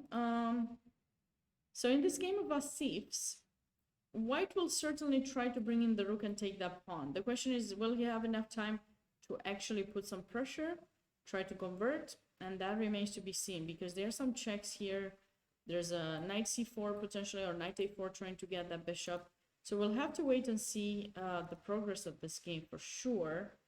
I thought there might be some mates here, but I couldn't come up with one. So bishop b1 was played, rook e1. And now, how is white going to continue? Because, I mean, this check just allows the king again to escape, and the rook in e1 is not helping with a potential mate. Not helping at all.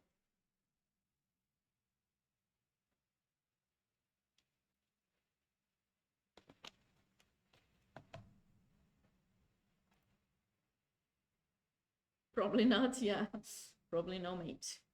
No mate. Na na na na na.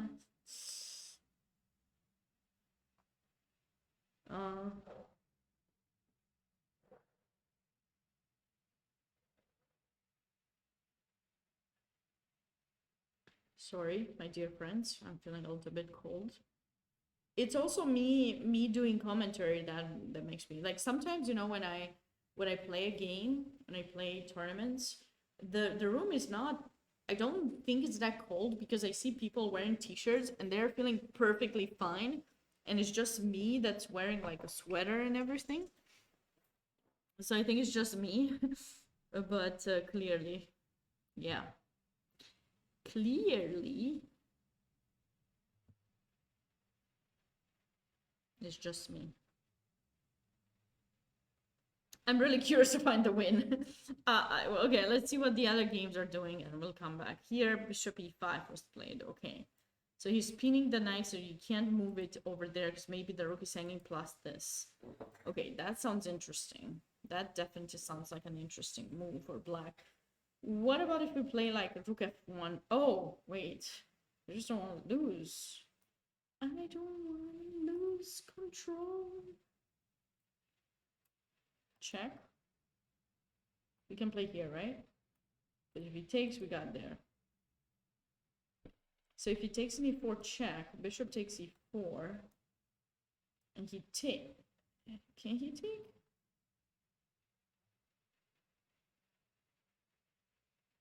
I mean, in the worst case, white can probably just capture back with the king or with the queen, and white has like 2 pieces for a rook and 2 pawns. Oh, well, maybe that's not so great. Nobody came when I was here, so I don't know if later they did send someone. So I don't know. I will ask again today, but it doesn't matter so much, I guess, because tomorrow's my last day, so, you know.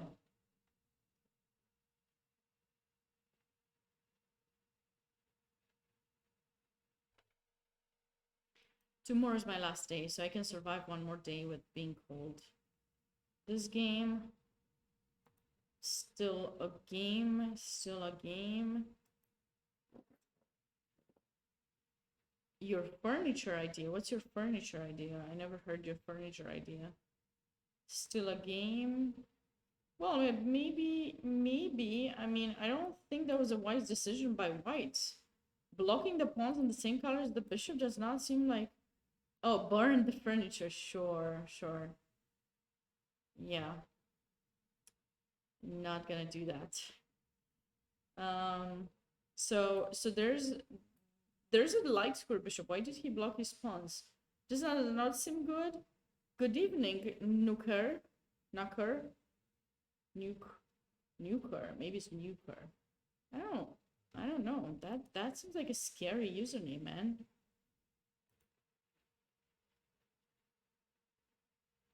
I'm gonna call you an NU.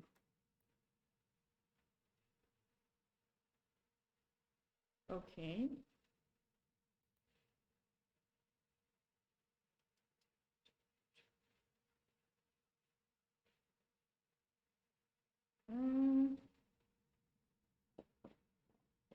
It's a username when you played Battlefield. I see.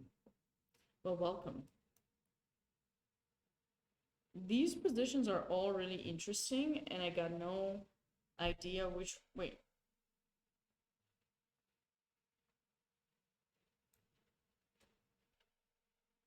Isn't this like...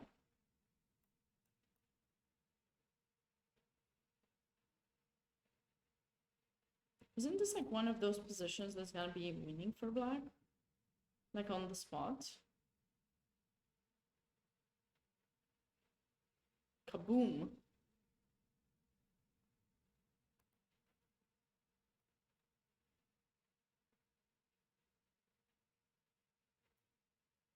Looks like isn't this game over, my friends?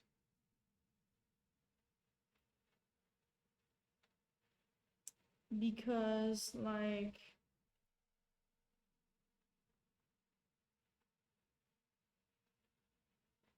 here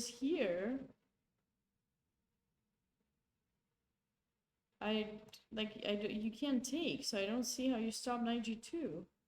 Hello again, QT. How are you doing? Welcome back.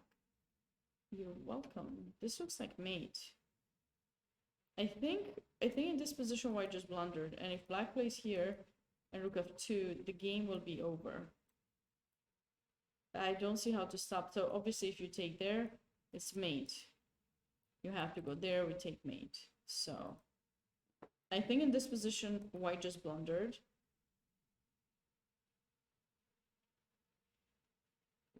Any visitors since the chat from the other section? Wondered.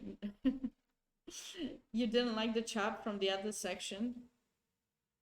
Is that what you're saying? Clearly. Apparently, I have not said some good things about his games in the past. Last year's tournament, this one. So now I feel bad because, like, I'm not trying to insult anyone's feelings, but no, nobody has dared to show up anymore. I don't know what I've done. Maybe I've scared people off. Maybe I've just scared them off. Okay, white has created some counterplay for himself. What makes you laugh? The fact that I scared people off, or the fact that I apparently insult people's feelings? Which one is it? Chess tournaments are so funny. Okay, I got that, but like, okay, can white? I don't know if white can still take the pawn. Why did he give up that pawn? Hey. No, I guess he had to because the rook was attacked, but like, couldn't he just go here? Chess fool. Long time no see. Really long time. What have you been up to? This does not look good. This looks like black is going to promote this pawn and white is going to lose. We're going to see a bishop and knight mate. That's what I'm predicting for this game. What do you guys think? Work? Sorry. Me too. I've been working too. Here I am. I've been here the whole day. The whole entire day. Without like maybe a small break, like an hour and a half or so. Got the time to eat a sandwich and go back to the room. Talk to someone, come back, and here I am. It's work, work, work. I understand you. It's tough.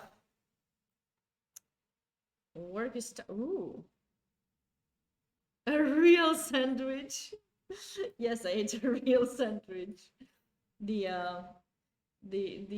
organizer has been very kind to bring me some. I think it was a club sandwich. I think that's what it was, from one of those nice places. I forgot what it was, but it was a nice sandwich. Real nice sandwich. This is interesting. But it's probably gonna be a draw. I don't know how.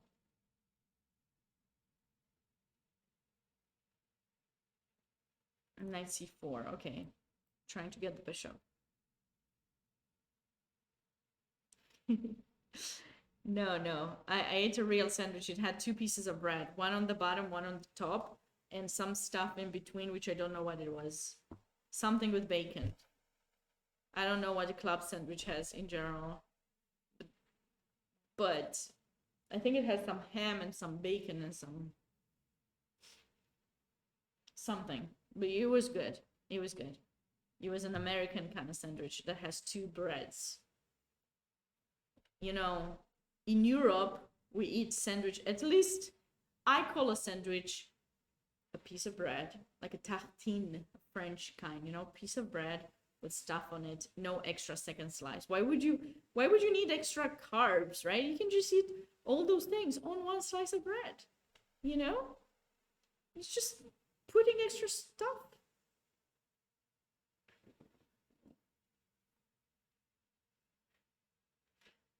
What if I don't want to talk? What if I don't want to talk, just one? I just don't want to talk. There, I said it. I don't want to talk. I can eat my sandwiches the way I want to.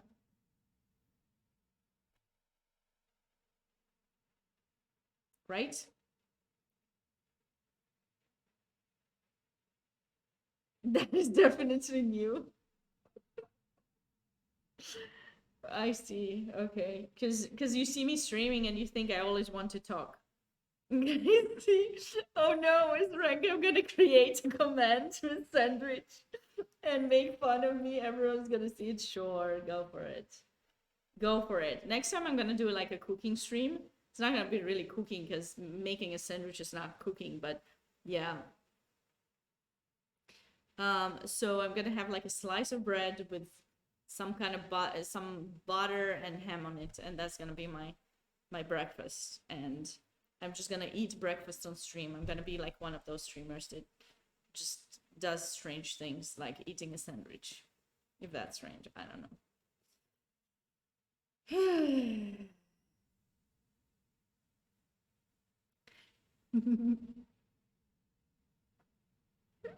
I know.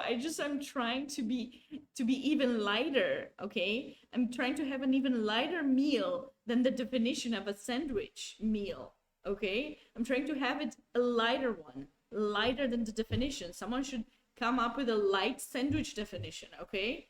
So that's, you know what? Ringo, if you make a command, make it light sandwich. And that's gonna be Sabina's sandwich, okay? So I'm gonna make sure I'm gonna do one of those like liability thing, so I own that. How is it called when you own a thing?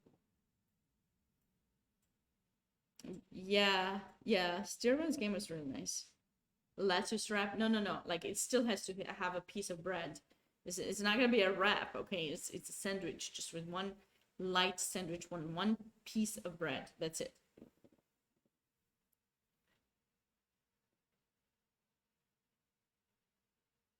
Open sandwich, that's how it's called. Okay, then you can call it open sandwich. Thank you very much for the definition. I guess someone trademarked that already, so I guess I can't do it. So I'm gonna call it light sandwich, and I'm gonna come up with a different thing that you put on it. I think it is very possible that this is gonna happen, and then white is gonna take here, and then black is gonna bring in the knight very fast back, because I don't think there's anything. And he's gonna try to find a way to do some kind of repetition with here with the knight and rook. Sabinovich. That's how it's gonna be called.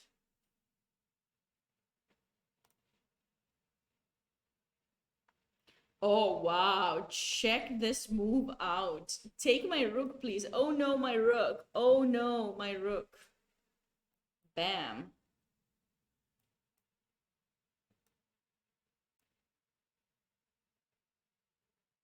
Breakfast. This is a mate. And this is a wherever you want mate. This is brilliant, and black unfortunately will have to capitulate, resign. I think that was the word.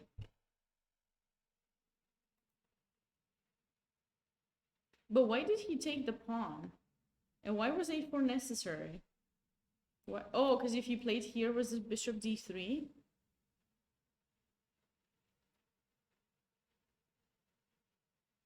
I like sandwiches, but I don't eat bread very often. I see. Dragon c7? Thanks for following. I thought you followed before. Maybe it wasn't you. Okay, this is a really nice game by Grandmaster Mikhail Antipov. Gotta give it to him. This is a nice finish, just hanging your rook. And the mate is unstoppable, I think, because this and this is threatened. But I have a question after a4. Couldn't they play bishop d3? Because now you don't have any of those trickeries. So if you take, I take, and that's controlled. I mean, I guess it's a bad position, but maybe black can still survive because you don't have mating things. But like, why was a4 necessary? Why couldn't he go rook e5? Still here, maybe. Maybe he's trying to avoid this move. I see. Yeah, so I guess you just... Well, I guess maybe he's gonna have some sandwich later. There's rook e3, rook f3 idea. True. Okay, maybe... Could we just...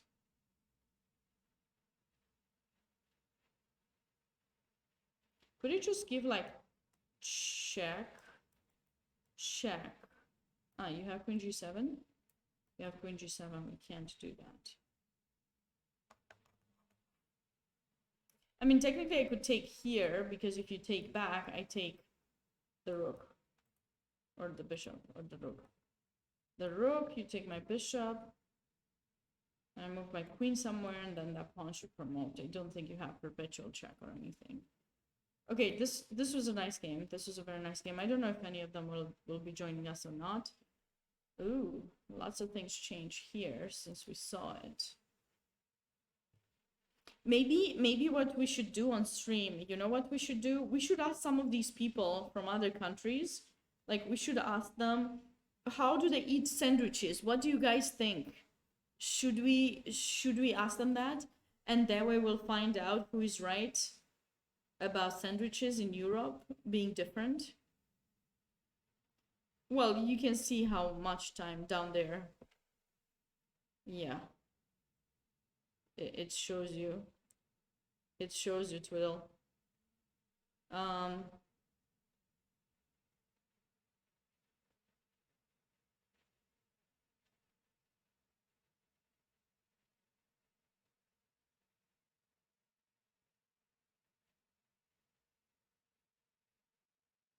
No worries. No worries, Twiddle. Okay, so this is what happened. Yeah, I'm just gonna call him Twiddle. I don't know. His name is too long to read. I keep forgetting it, you know? He changes every 5 seconds. So I can't remember it. I'm sorry. I forgot what was his first, because it wasn't Twiddle first. It was something. What was your username before? Before Twiddle, you had another one. I finally, every time I get used to your username. Oh, Dylan, yeah. Every time I remember your username, then you change it to something different, and then it takes me a while. I'm not gonna change it anymore, because probably in like 2 seconds you're gonna change it again. So, you know, if you don't mind. You will know I'm talking about you. The rest, who cares? We don't want them to know, right?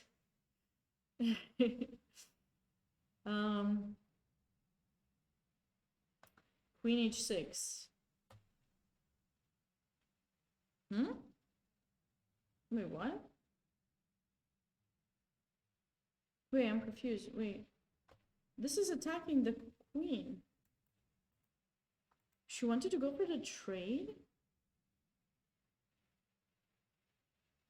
I'm very confused. Is there no mate here with this check? Like, no, I'm about to lose her game by mistake. Gosh, terrible. Okay, but I don't like that move.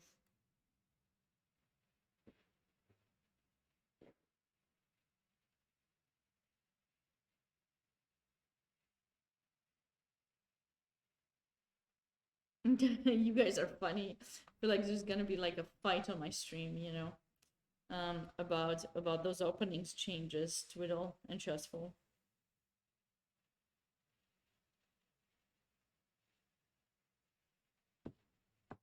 No, I'm just... No matter what word I use, it's gonna be the wrong word, apparently. I'm not good at anything. Anything today. Bishop takes c7. Okay, I'm confused what happened here. Because if we count the material, white has a rook and a knight for how many pawns? This is not as controversial as sandwich. Listen, open sandwich is a thing, okay? I'm gonna ask next time, you know, some Europeans come here, okay? And they're gonna tell you how they eat the sandwich, okay? You guys don't believe me. I cannot believe this. I cannot believe Chessful brought that up. Europeans are wrong. Well, maybe Americans are wrong. Did you think about that? I'm just kidding. I'm just kidding. But I'm not really kidding. I can't evaluate this position. What is going on? Black has 2 pawns. 2 pawns for the rook? Black has 2 pawns for the rook. Is white winning here? I'm glad you're having a good day, Twiddle. What? Is white not? Wait. When you put the rook in f2, isn't this a thing?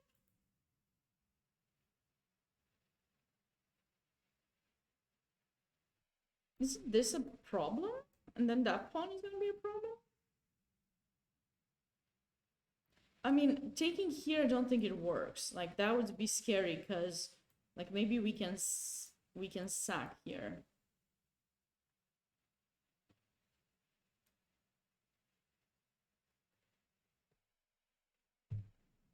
But this, to take it, I guess we can still sack. How to sack here?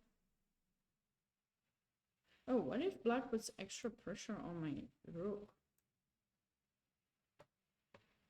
Computer says 0-0. Okay. Listen, lol. Bishop d4 was played. Oh my god. I thought Anna was winning.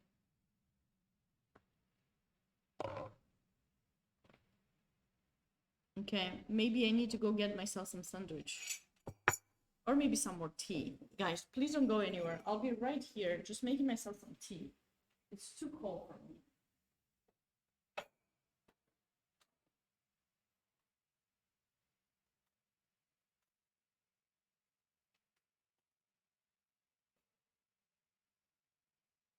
I'm still here. I haven't gone anywhere. It's sandwich time. Sorry, tea time. Tea time.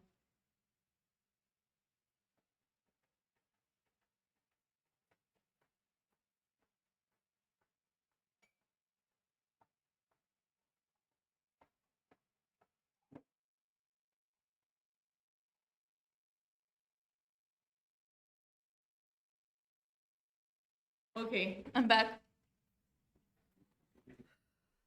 Sean is winning? What? He is? How? What? She was +6? No, I thought it was looking really good. I wasn't checking with the engine, so I don't know. Bishop takes f5 was played if he finds rook c2. Ooh. Ooh. You got some discover check, but it might not lead to mate because we are taking, huh? Or we might be able to take with the bishop, actually, maybe, because bishop actually... No, I don't know, because bishop, you stay pinned. If you take with the bishop, you stay pinned, so then we go there and... I don't know. But maybe there's nothing that white can do anymore. Let's get the tea going.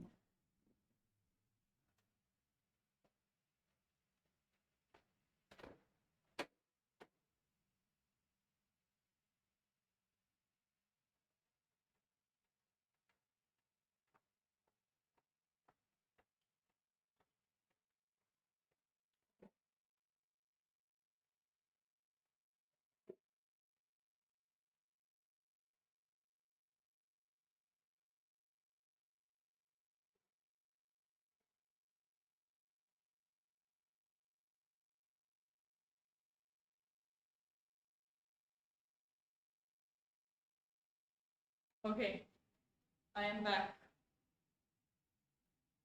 And I can attest that it was a Firehouse sub, because I saw the box.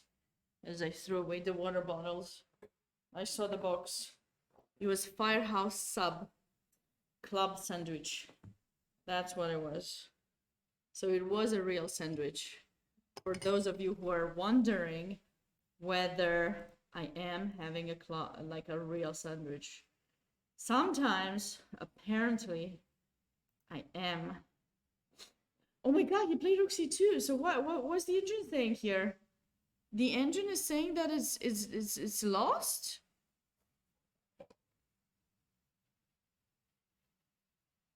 The engine is saying that this is lost? What? This is lost for white?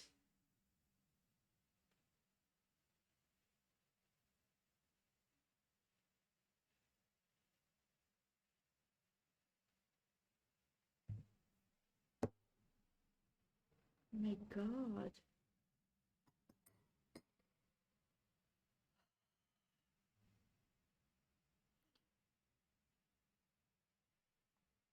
I'm not liking white's king, so black is just putting pressure, and yeah, if you go queen h2, he's probably gonna take your bishop, and you're totally stuck.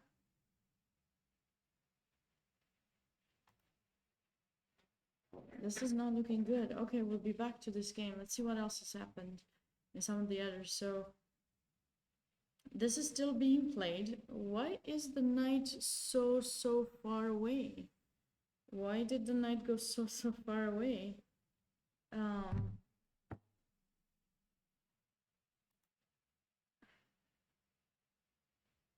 I thought the knight would come to the king, but it seems like it didn't. Okay.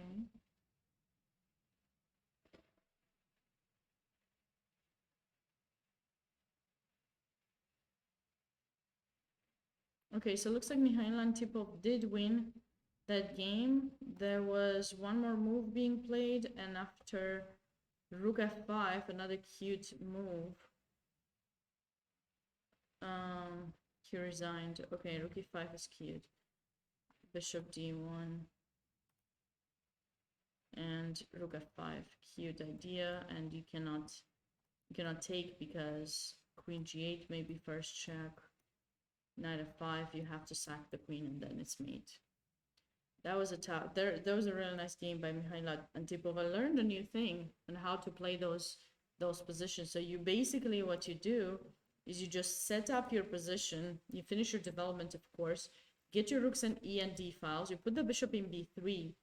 Get your rook to e3, and then make sure you also get h3 in, because h3 is a nice Luft idea so that you don't get mated, and then you just go for d4. Well, this was kind of, I don't know, I guess. Yeah, this was a semi-Tarrasch, and it was a very brilliant game. I mean, I'm not sure where black made a mistake. I mean, obviously the game was analyzed and it shows that it was like better for white the whole time, but it just seems so effortless from white's perspective. Like, it was just an effortless game where it was just a killer idea. And then you take back Rook d6, maybe. Okay, this was the blunder apparently. Rook a8 had to be played. Please, nobody's gonna play Rook a8. What kind of engine move is this? That's crazy. So Rook d6 was played, but from here on, just queen entering, knight entering, and I don't know if there was a faster way than the one he did, but it was like really huge. Rook e1, Rook e5, Rook f5. Wait, was that a blunder? Why? Did it allow some bishop d3? So maybe he shouldn't have played that. Maybe he should have done the same thing just on third rank. Yeah. But anyways, the ending was just so brilliant. So bishop there, Rook e5, Rook f5, and just wow. This seemed effortless, really. I just, of course, both players have spent a lot of time, but what I mean is just seemed like white just made natural moves and black was struggling with the space, and That's why you have to be mindful what kind of openings you're playing, because you don't really want to give that much space. I know I often joke about it that, you know, about specific situations, about how much I love my space. And I get it. Some people, you know, they just prefer to attack and such. I'm that kind that loves her space. That's something I just enjoy so much. My style is very, very much different than other players who are very aggressive. And so, yeah, this kind of opening would be tough for me to play from Black's perspective. But I think here, okay, let's look here for a second, because it does seem like White has been able to put Black on some kind of a mate. But, okay, now the pawn is being attacked, so I don't think you actually have a way to mate. The French player do not love space. Okay. Well, I used to play the French, and I was playing f6 quite often, so...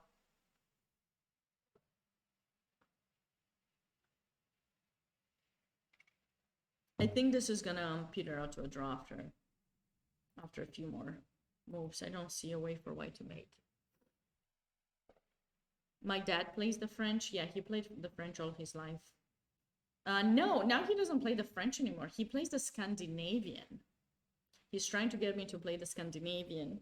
And I was like, Dad, you still have your files, you know, like you used to make them when I was a kid? He's like, yeah. Do you want me to send you one? No. No, thank you. I guess I was rude for saying that. Maybe I should ask him to send me the files and see what he came up with, but I'm not sure. I'm trying to get him to play some more chess, so that maybe, you know, he also starts going down with his rating, and maybe he will catch up with me going down, you know. Gosh, I'm so mean. There was a silly comment. Knight e4 was played. Okay, so she's trying to cover. Okay, she's covering the rook. Good. That is good.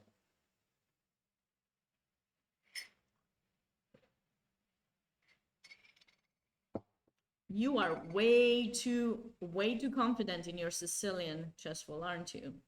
It's like your pet line.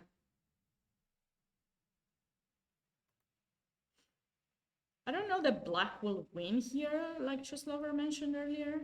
I don't think Black will win, but clearly we can definitely capture here. Yeah, so but it's gonna be opposite color bishop, so I think White has to try again very hard to get back into winning chances. Is not gonna be easy. I think it's not gonna be very easy. You can give an in-between check, but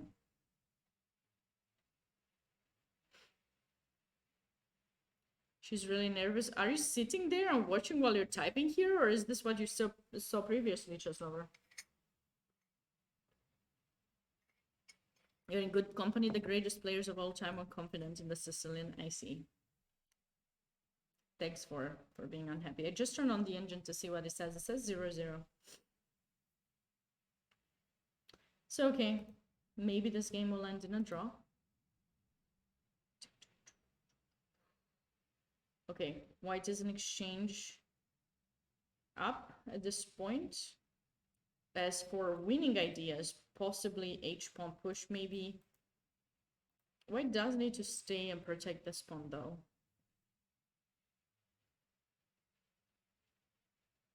Oh, I see. It's nice that you're close to the playing area.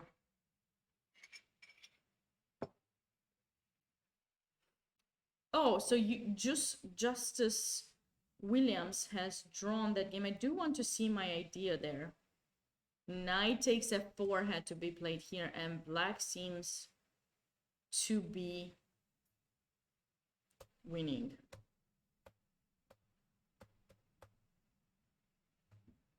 Is it Black really winning? I don't know what this line the engine is showing.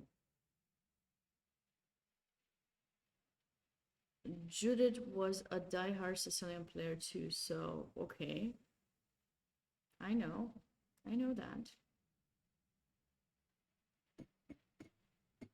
Some of the games are over. Okay, well, we're gonna get them soon. We're gonna get them pretty soon. This game Wait, wasn't black doing much better earlier? He had an exchange up. Why did he give up the rook?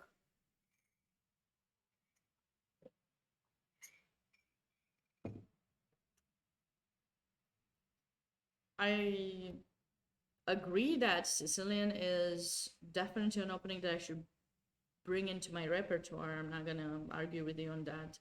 I guess black didn't find a way to activate his rook, so he decided to go rook f3. And then might have missed. How does black want to improve in this position? Rook there. Because now, okay, I have an idea. So he could go there to make white go king g2 to stop the entrance of the rook this way. And then maybe go king f5, e4, king here, and try to enter that way. That's the only thing that I can think of that would be some kind of an idea that black can utilize in order to try to improve the position here, you know? So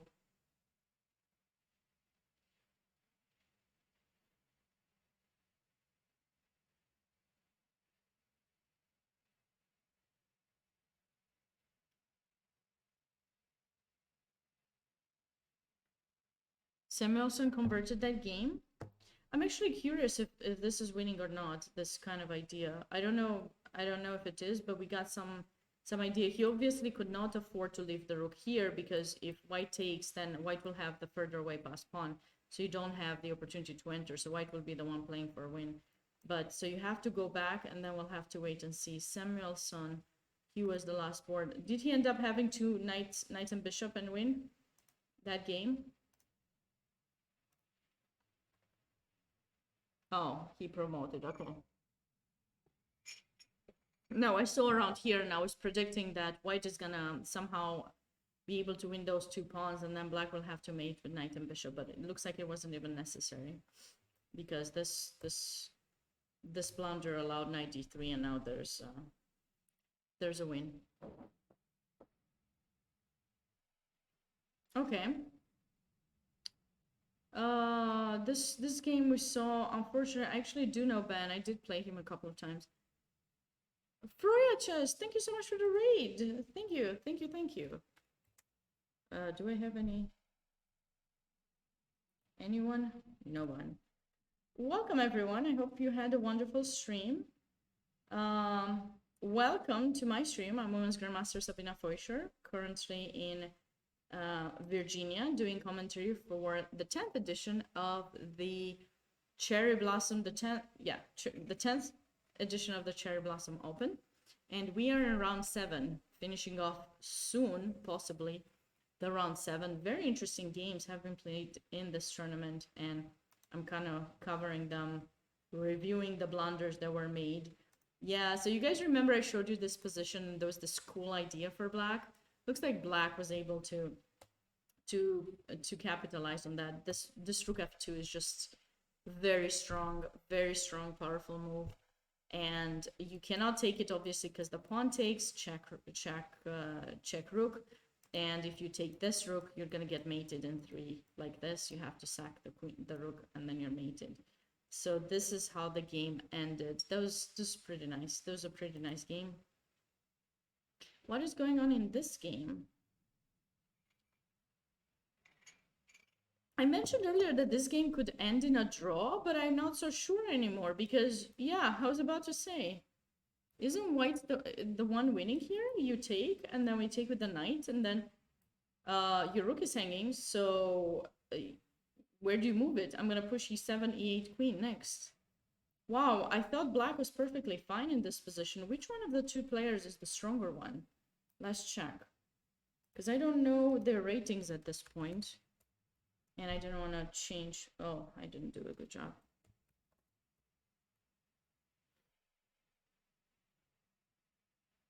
So he's 2195. And where is Theodore's rating standing?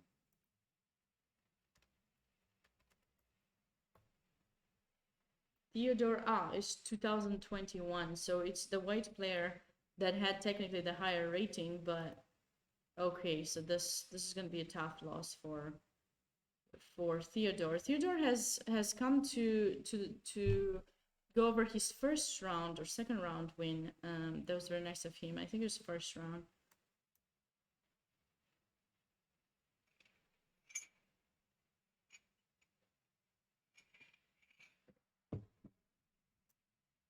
Okay, White's winning a pawn. And the game remains to be seen if he's gonna win the game too. This knight does not have a good path. That is the bad thing for black, but looks like kind of a fortress. So unless black messes up in some way and trades some pieces, it might be an issue. It might be an issue here. Okay, let's see what happened here. So how, okay, so he gave up that rook, then he went back. Ooh, nice catch by White. Because White doesn't have time to do all of this, because at the time that the rook is there, then black can bring in his rook and this a3 pawn is hanging. So White decided to give up that pawn, but how good was it?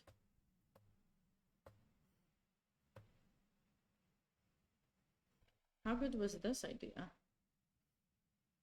Okay, rook takes b5 is mandatory. It's a mandatory move.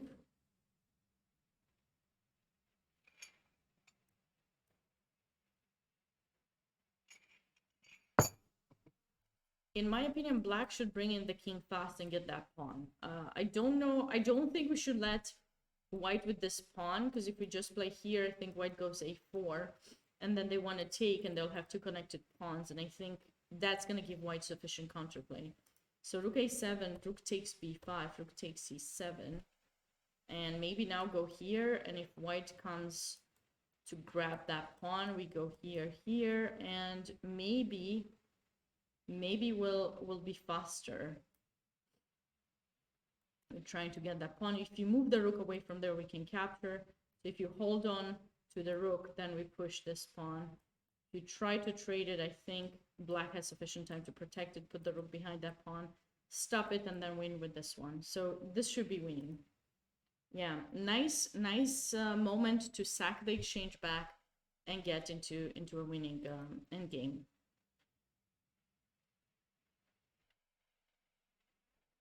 Doesn't black just...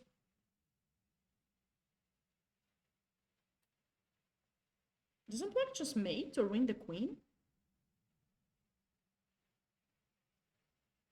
Black is winning.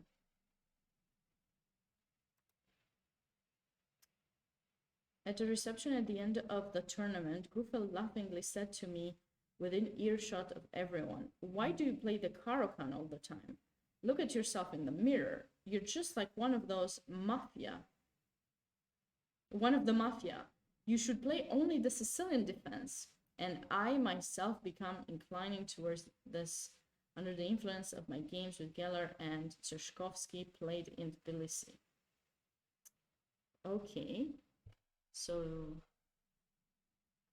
interesting. So that's how he played that's how Kasparov went from the Caro-Kann to the Sicilian, because Gufeld was basically laughing at him for playing the... Wait, wasn't Queen h3 winning?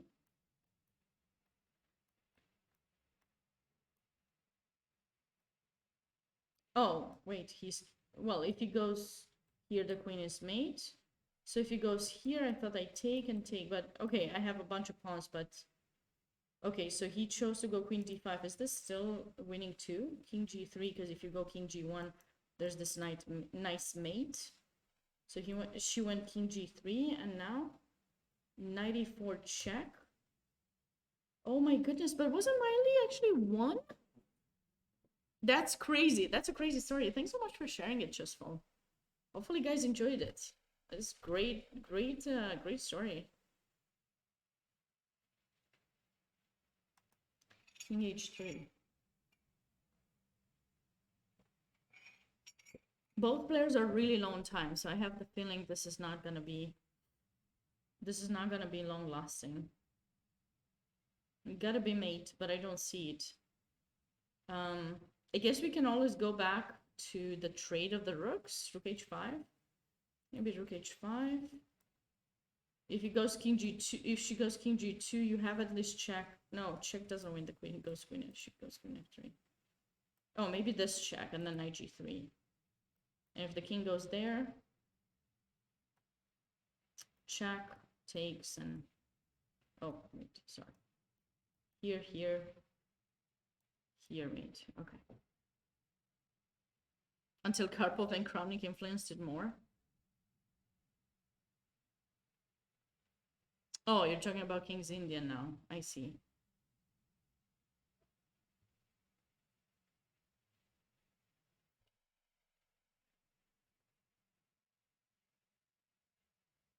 No, okay. Okay, never mind. Knight d2 check. Where's this king gonna go? If you go king g1, we're giving you this check and winning the queen. If you go here, check queen. If you, yeah. Okay. Knight d2 check. If rook f3, knight takes f3 at least. Right? And if queen takes, rook takes h2, and black is winning. Oh my goodness. I thought Miley was totally winning earlier, or had a much better position at least. She had a much better position. This is going to be a tough loss for her. Wait, how did we get to this position after all that? Oh my... What?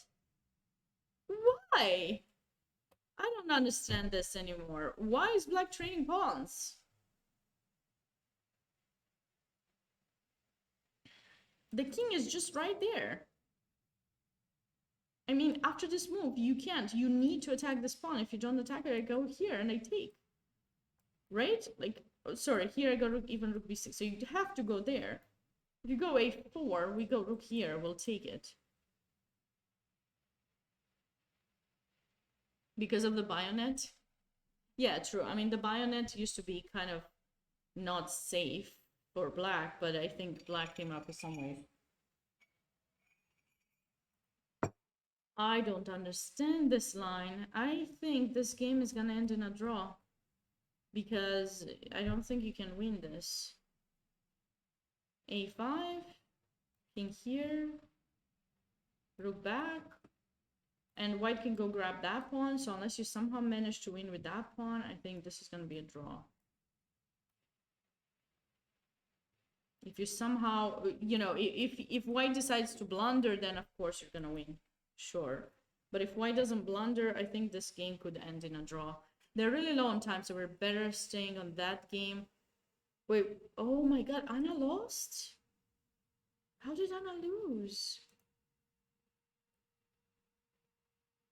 Wait, where were we? Okay, let's just look there. So she was kind of winning. She took the rook, it wasn't good. Knight takes f5. Wow, that's... But I thought it was a draw. Like, how did she end up losing? Okay, she tried to win. She didn't trade. If she trades queens here, this is a draw. This is a draw. Yeah, I thought this was this, and this is a draw. You take here, I take there, you go there. You take these pawns, I come back, I take your pawns and draw. Okay.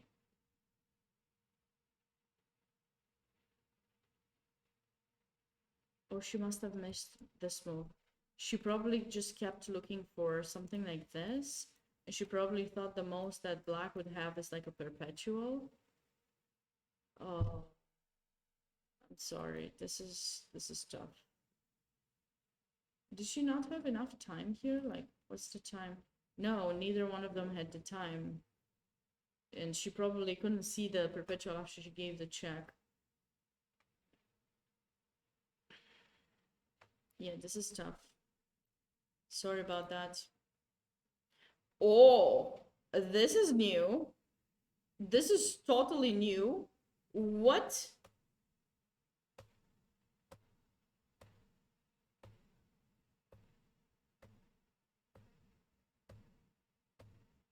Sorry, I'm just like, I have no idea how we went from this position to bishop up for white.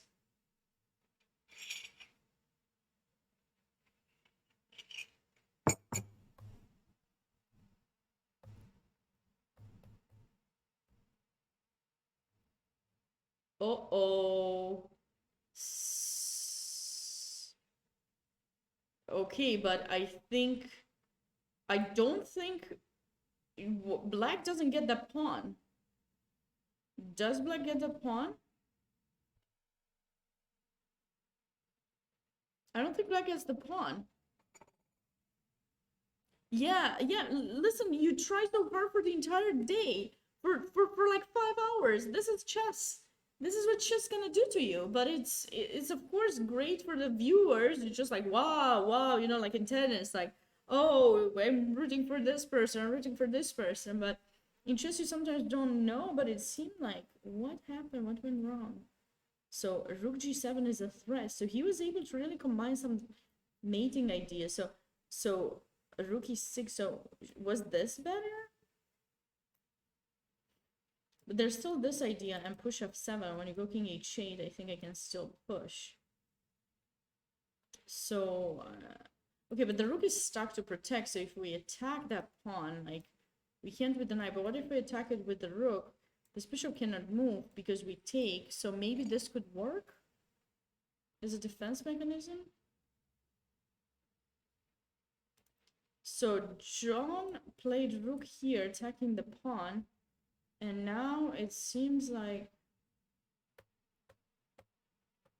okay, this was played, right? This is on the board. The bishop is gonna have to move, but the bishop will be able to stop that a pawn, and keeping this pawn on the board, the bishop and rook should be totally winning.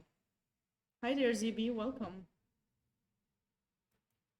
Crazy things happening. I love that Kasparov story about the Sicilian. Can't believe that. Thanks for sharing it, Chessel. Wow. That should be a win for white, in my opinion. It should be a win for white. I don't know, it's the h-pawn, so it's not so easy to progress. I think it's in the chessable course, that position, or something very similar to it. So it might not be so easy to push them back, but the corner is the correct corner of the bishop, so white shouldn't mind the trade of the rooks in case they win that pawn, because they should be able to win with this one because this is the correct corner. So all white has to do is trade the rooks and win that pawn, and it's winning. I think we should be able to take the king away from h7. But I think it's still going to be a long game, so we have to look through that. This game... Okay, white has placed his rook perfectly well. Actually, I remember I played against Daniel one time, and I am hitting the chessable courses. You got a problem with that? I love my chessable courses. You know, someone very close to me has got me into chessable, and now I just literally, if I forget one day, I'm just panicking. I go like 10 minutes before midnight. Oh my god, I forgot to make a move, to make at least one, because I didn't have time. It's crazy. Some days I just don't have time, but I try still to get a few positions. I don't think there's a way to progress. So you got this check. Okay, he just played it, king back. And you don't have an entrance with the king. If you somehow magically get your king there, that would be great. And I don't think you have time to do this, because like now you can't go there because there's going to be checks, so you even lose in this position. So if a7 is played, you have to go here, which is separating you too much from those pawns, and then you can just go to here or something. And when black takes, white takes, and then, you know, maybe white plays for a win. So you better be cautious what you're doing here. This should be a draw, and yeah, as I said, white did win a pawn, and now it seems like he won a... No, it's 4 versus 3. I don't know why I saw 5. So we only have 3 games left. Okay, let's see how this one is going to be winning. We'll definitely look at this one. Whatever happened in the other section, in the under 2300 section, is there any game left? No. Daniel came to the stream earlier. He showed us his win from previous round. This game finished in a very fast draw. This game was won. Actually, I don't know.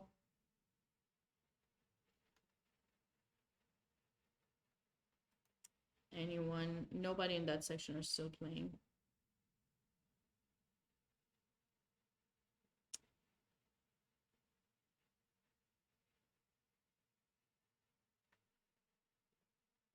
Wait, what is going on? What were you guys talking about? You have like 2 out of 3 of one of the Super Orange books coming up for review all at once today. Too bad they didn't put out all of them. What are you guys talking about? Are you talking about a Chessable course? Like Yusupov Chessable courses are gonna be there?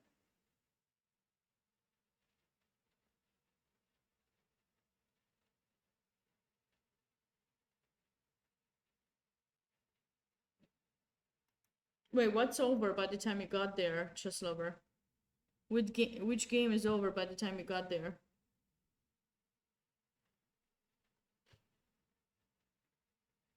This game is over, so he won? Okay, so I guess we'll stay and see. This game should be a draw. I don't see a progress. And this game should be a win. I see. Wow, Vasif. He's got the white pieces. He pushed and you know, sometimes over pushing. He didn't over push. He just kept pushing, and it worked out for him. Seems like he was able to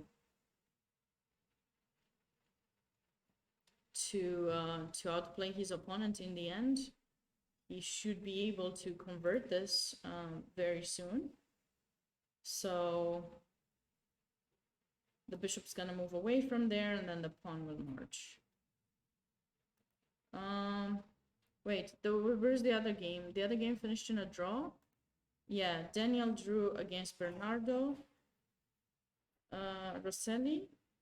Yeah, big surprise to me. Let's see what the engine was saying, but big surprise to me that c4 was played in this position. Yeah, engine seems to have agreed with me that that was a blunder.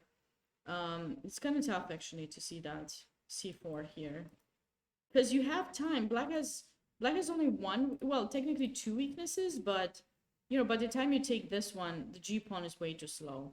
This pawn is fast, and you gotta find a way to support it. So if you don't get this,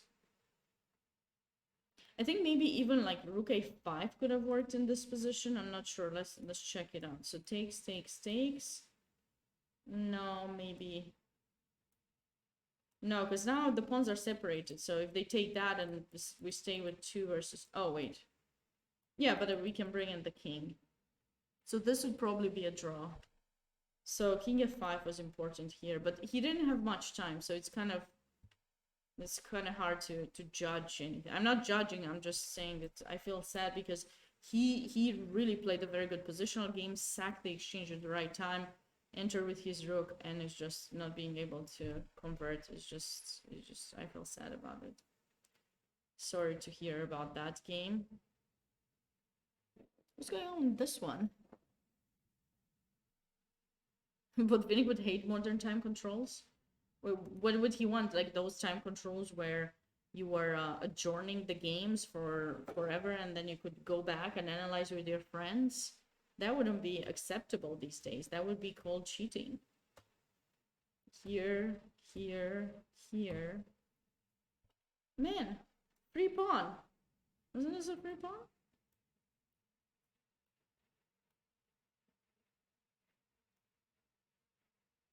But the knight isn't it? Oh, maybe it's not. Oops.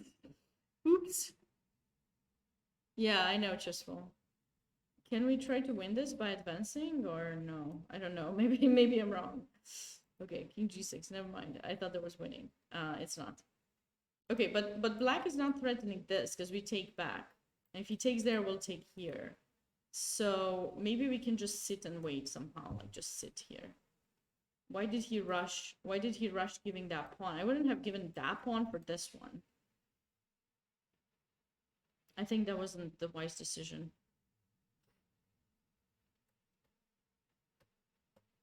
Oh, okay, maybe it worked out in the end. Okay, so where's this bishop gonna go? Then we need to bring in the knight somehow to get this pawn.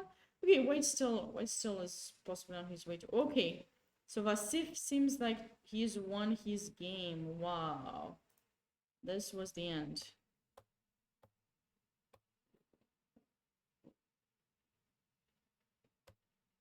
Yeah, that's why Fischer was saying in that interview against, what was his name? Dick Cavett, that, you know, all Russians, you know, they're cheating. Why are you saying that they're cheating? Well, because, you know, you're just talking to each other during the game, you know. I wish I could make Fischer's accent. He was really cool. I thought he was... We shouldn't let his personality affect our judgment of his chess, which was brilliant. His chess was brilliant. Yeah, congrats to Vasif for that nice game. So I guess he might... Did he already play? I don't think he ended up playing against Matvishin, so they might end up playing each other. Let me check while we're waiting for this other game. So if I'm looking at the pairings and I click on Vasif, did he play against Matvishin? No, he did not. So him and Matvishin are the only players who have won their games. And wait, what's going on with my position? And Vasif versus Ilya? What? No, because... Okay. Let me change my look here.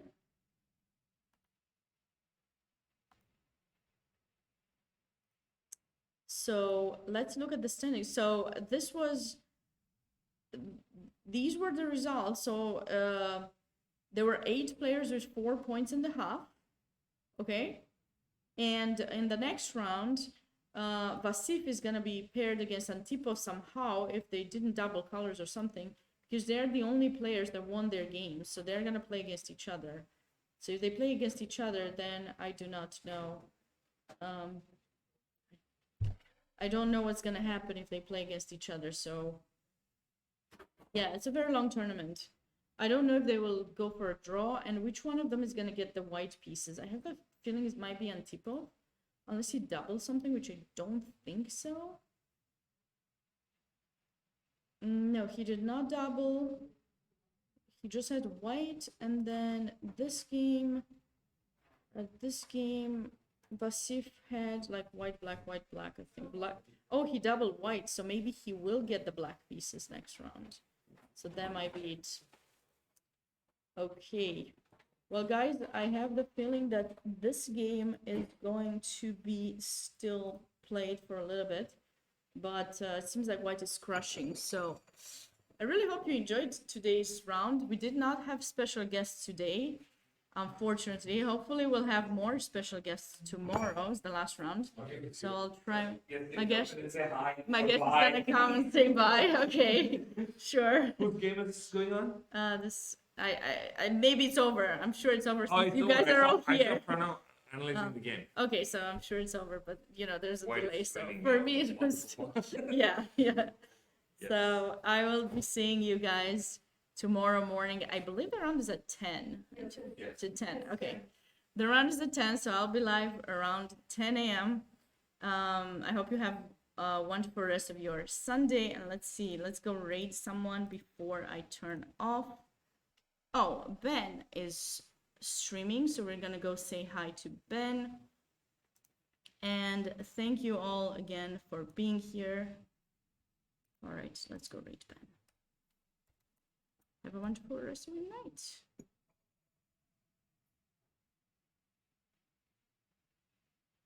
No special guests today. Sorry, guys. Okay, we'll have someone tomorrow, hopefully. I'll force them. I'll bring them downstairs for a little bit of commentary. Bye, everyone. Say hi to Ben.